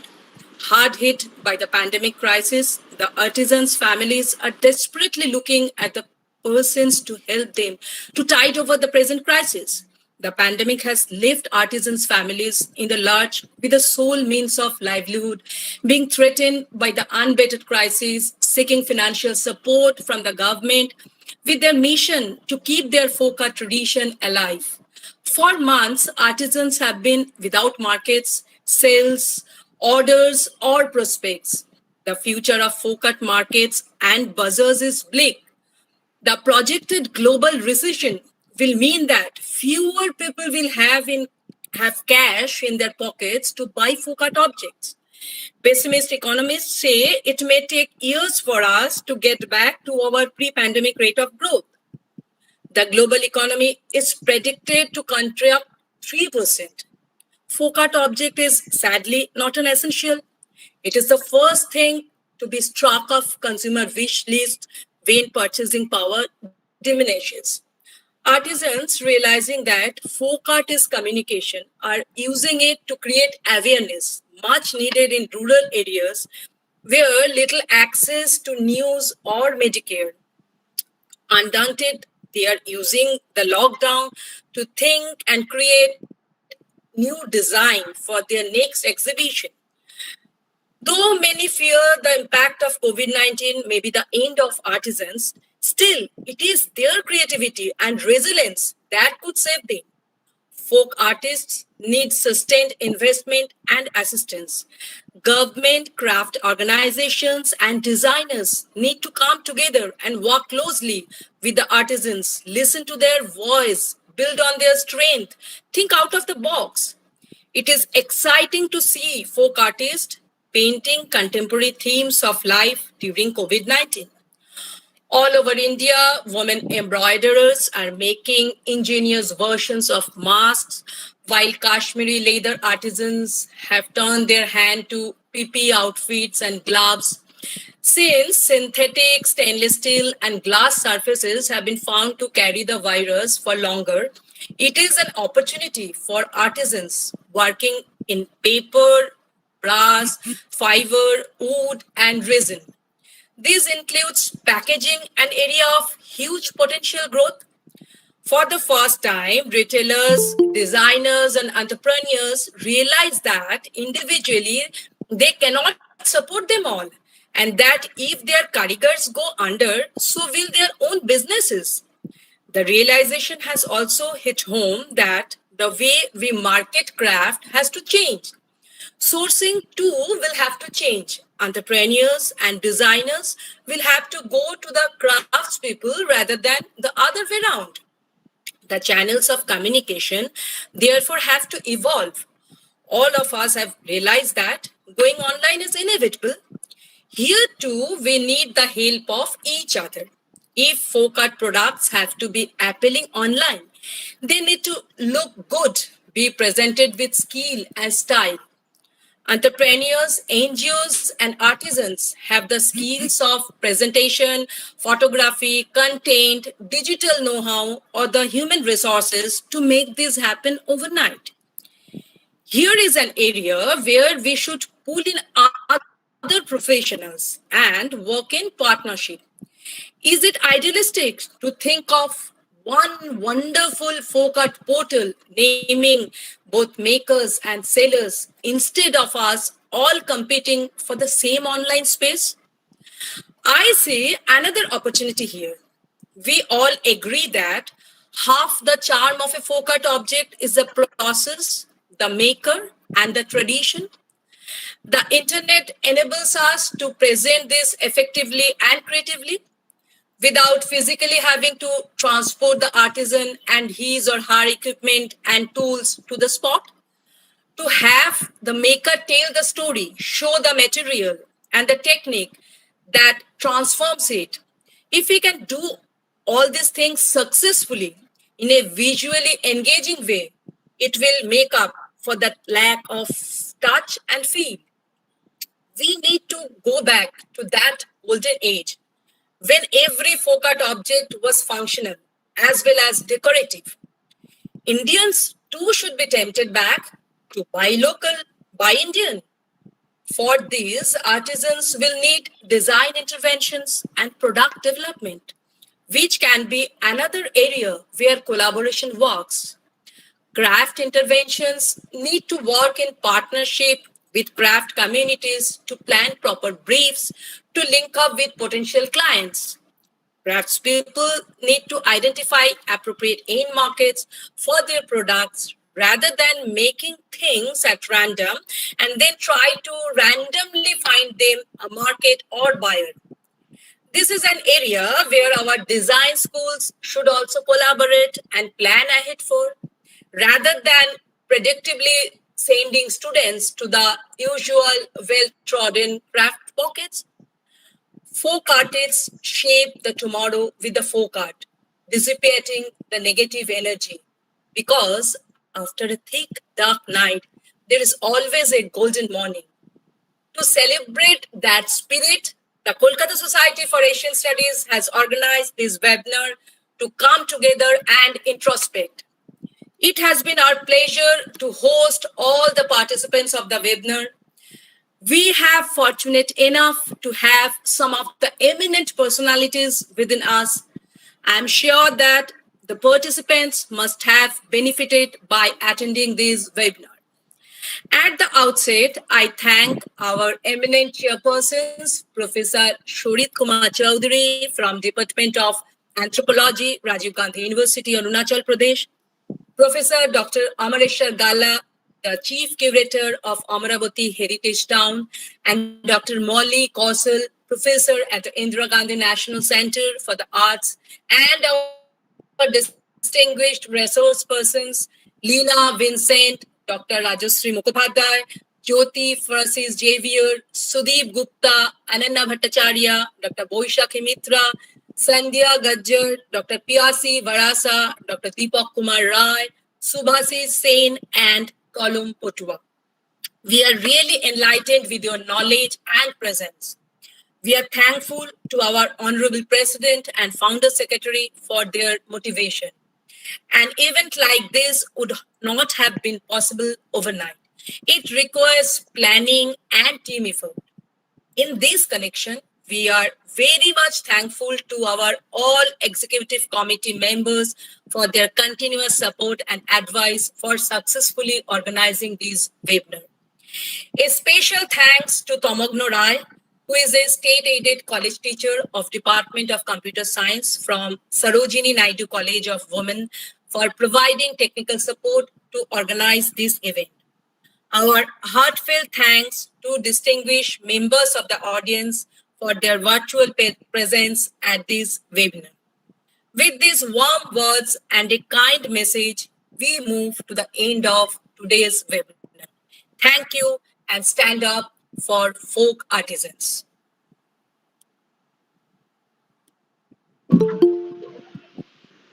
Thank you all.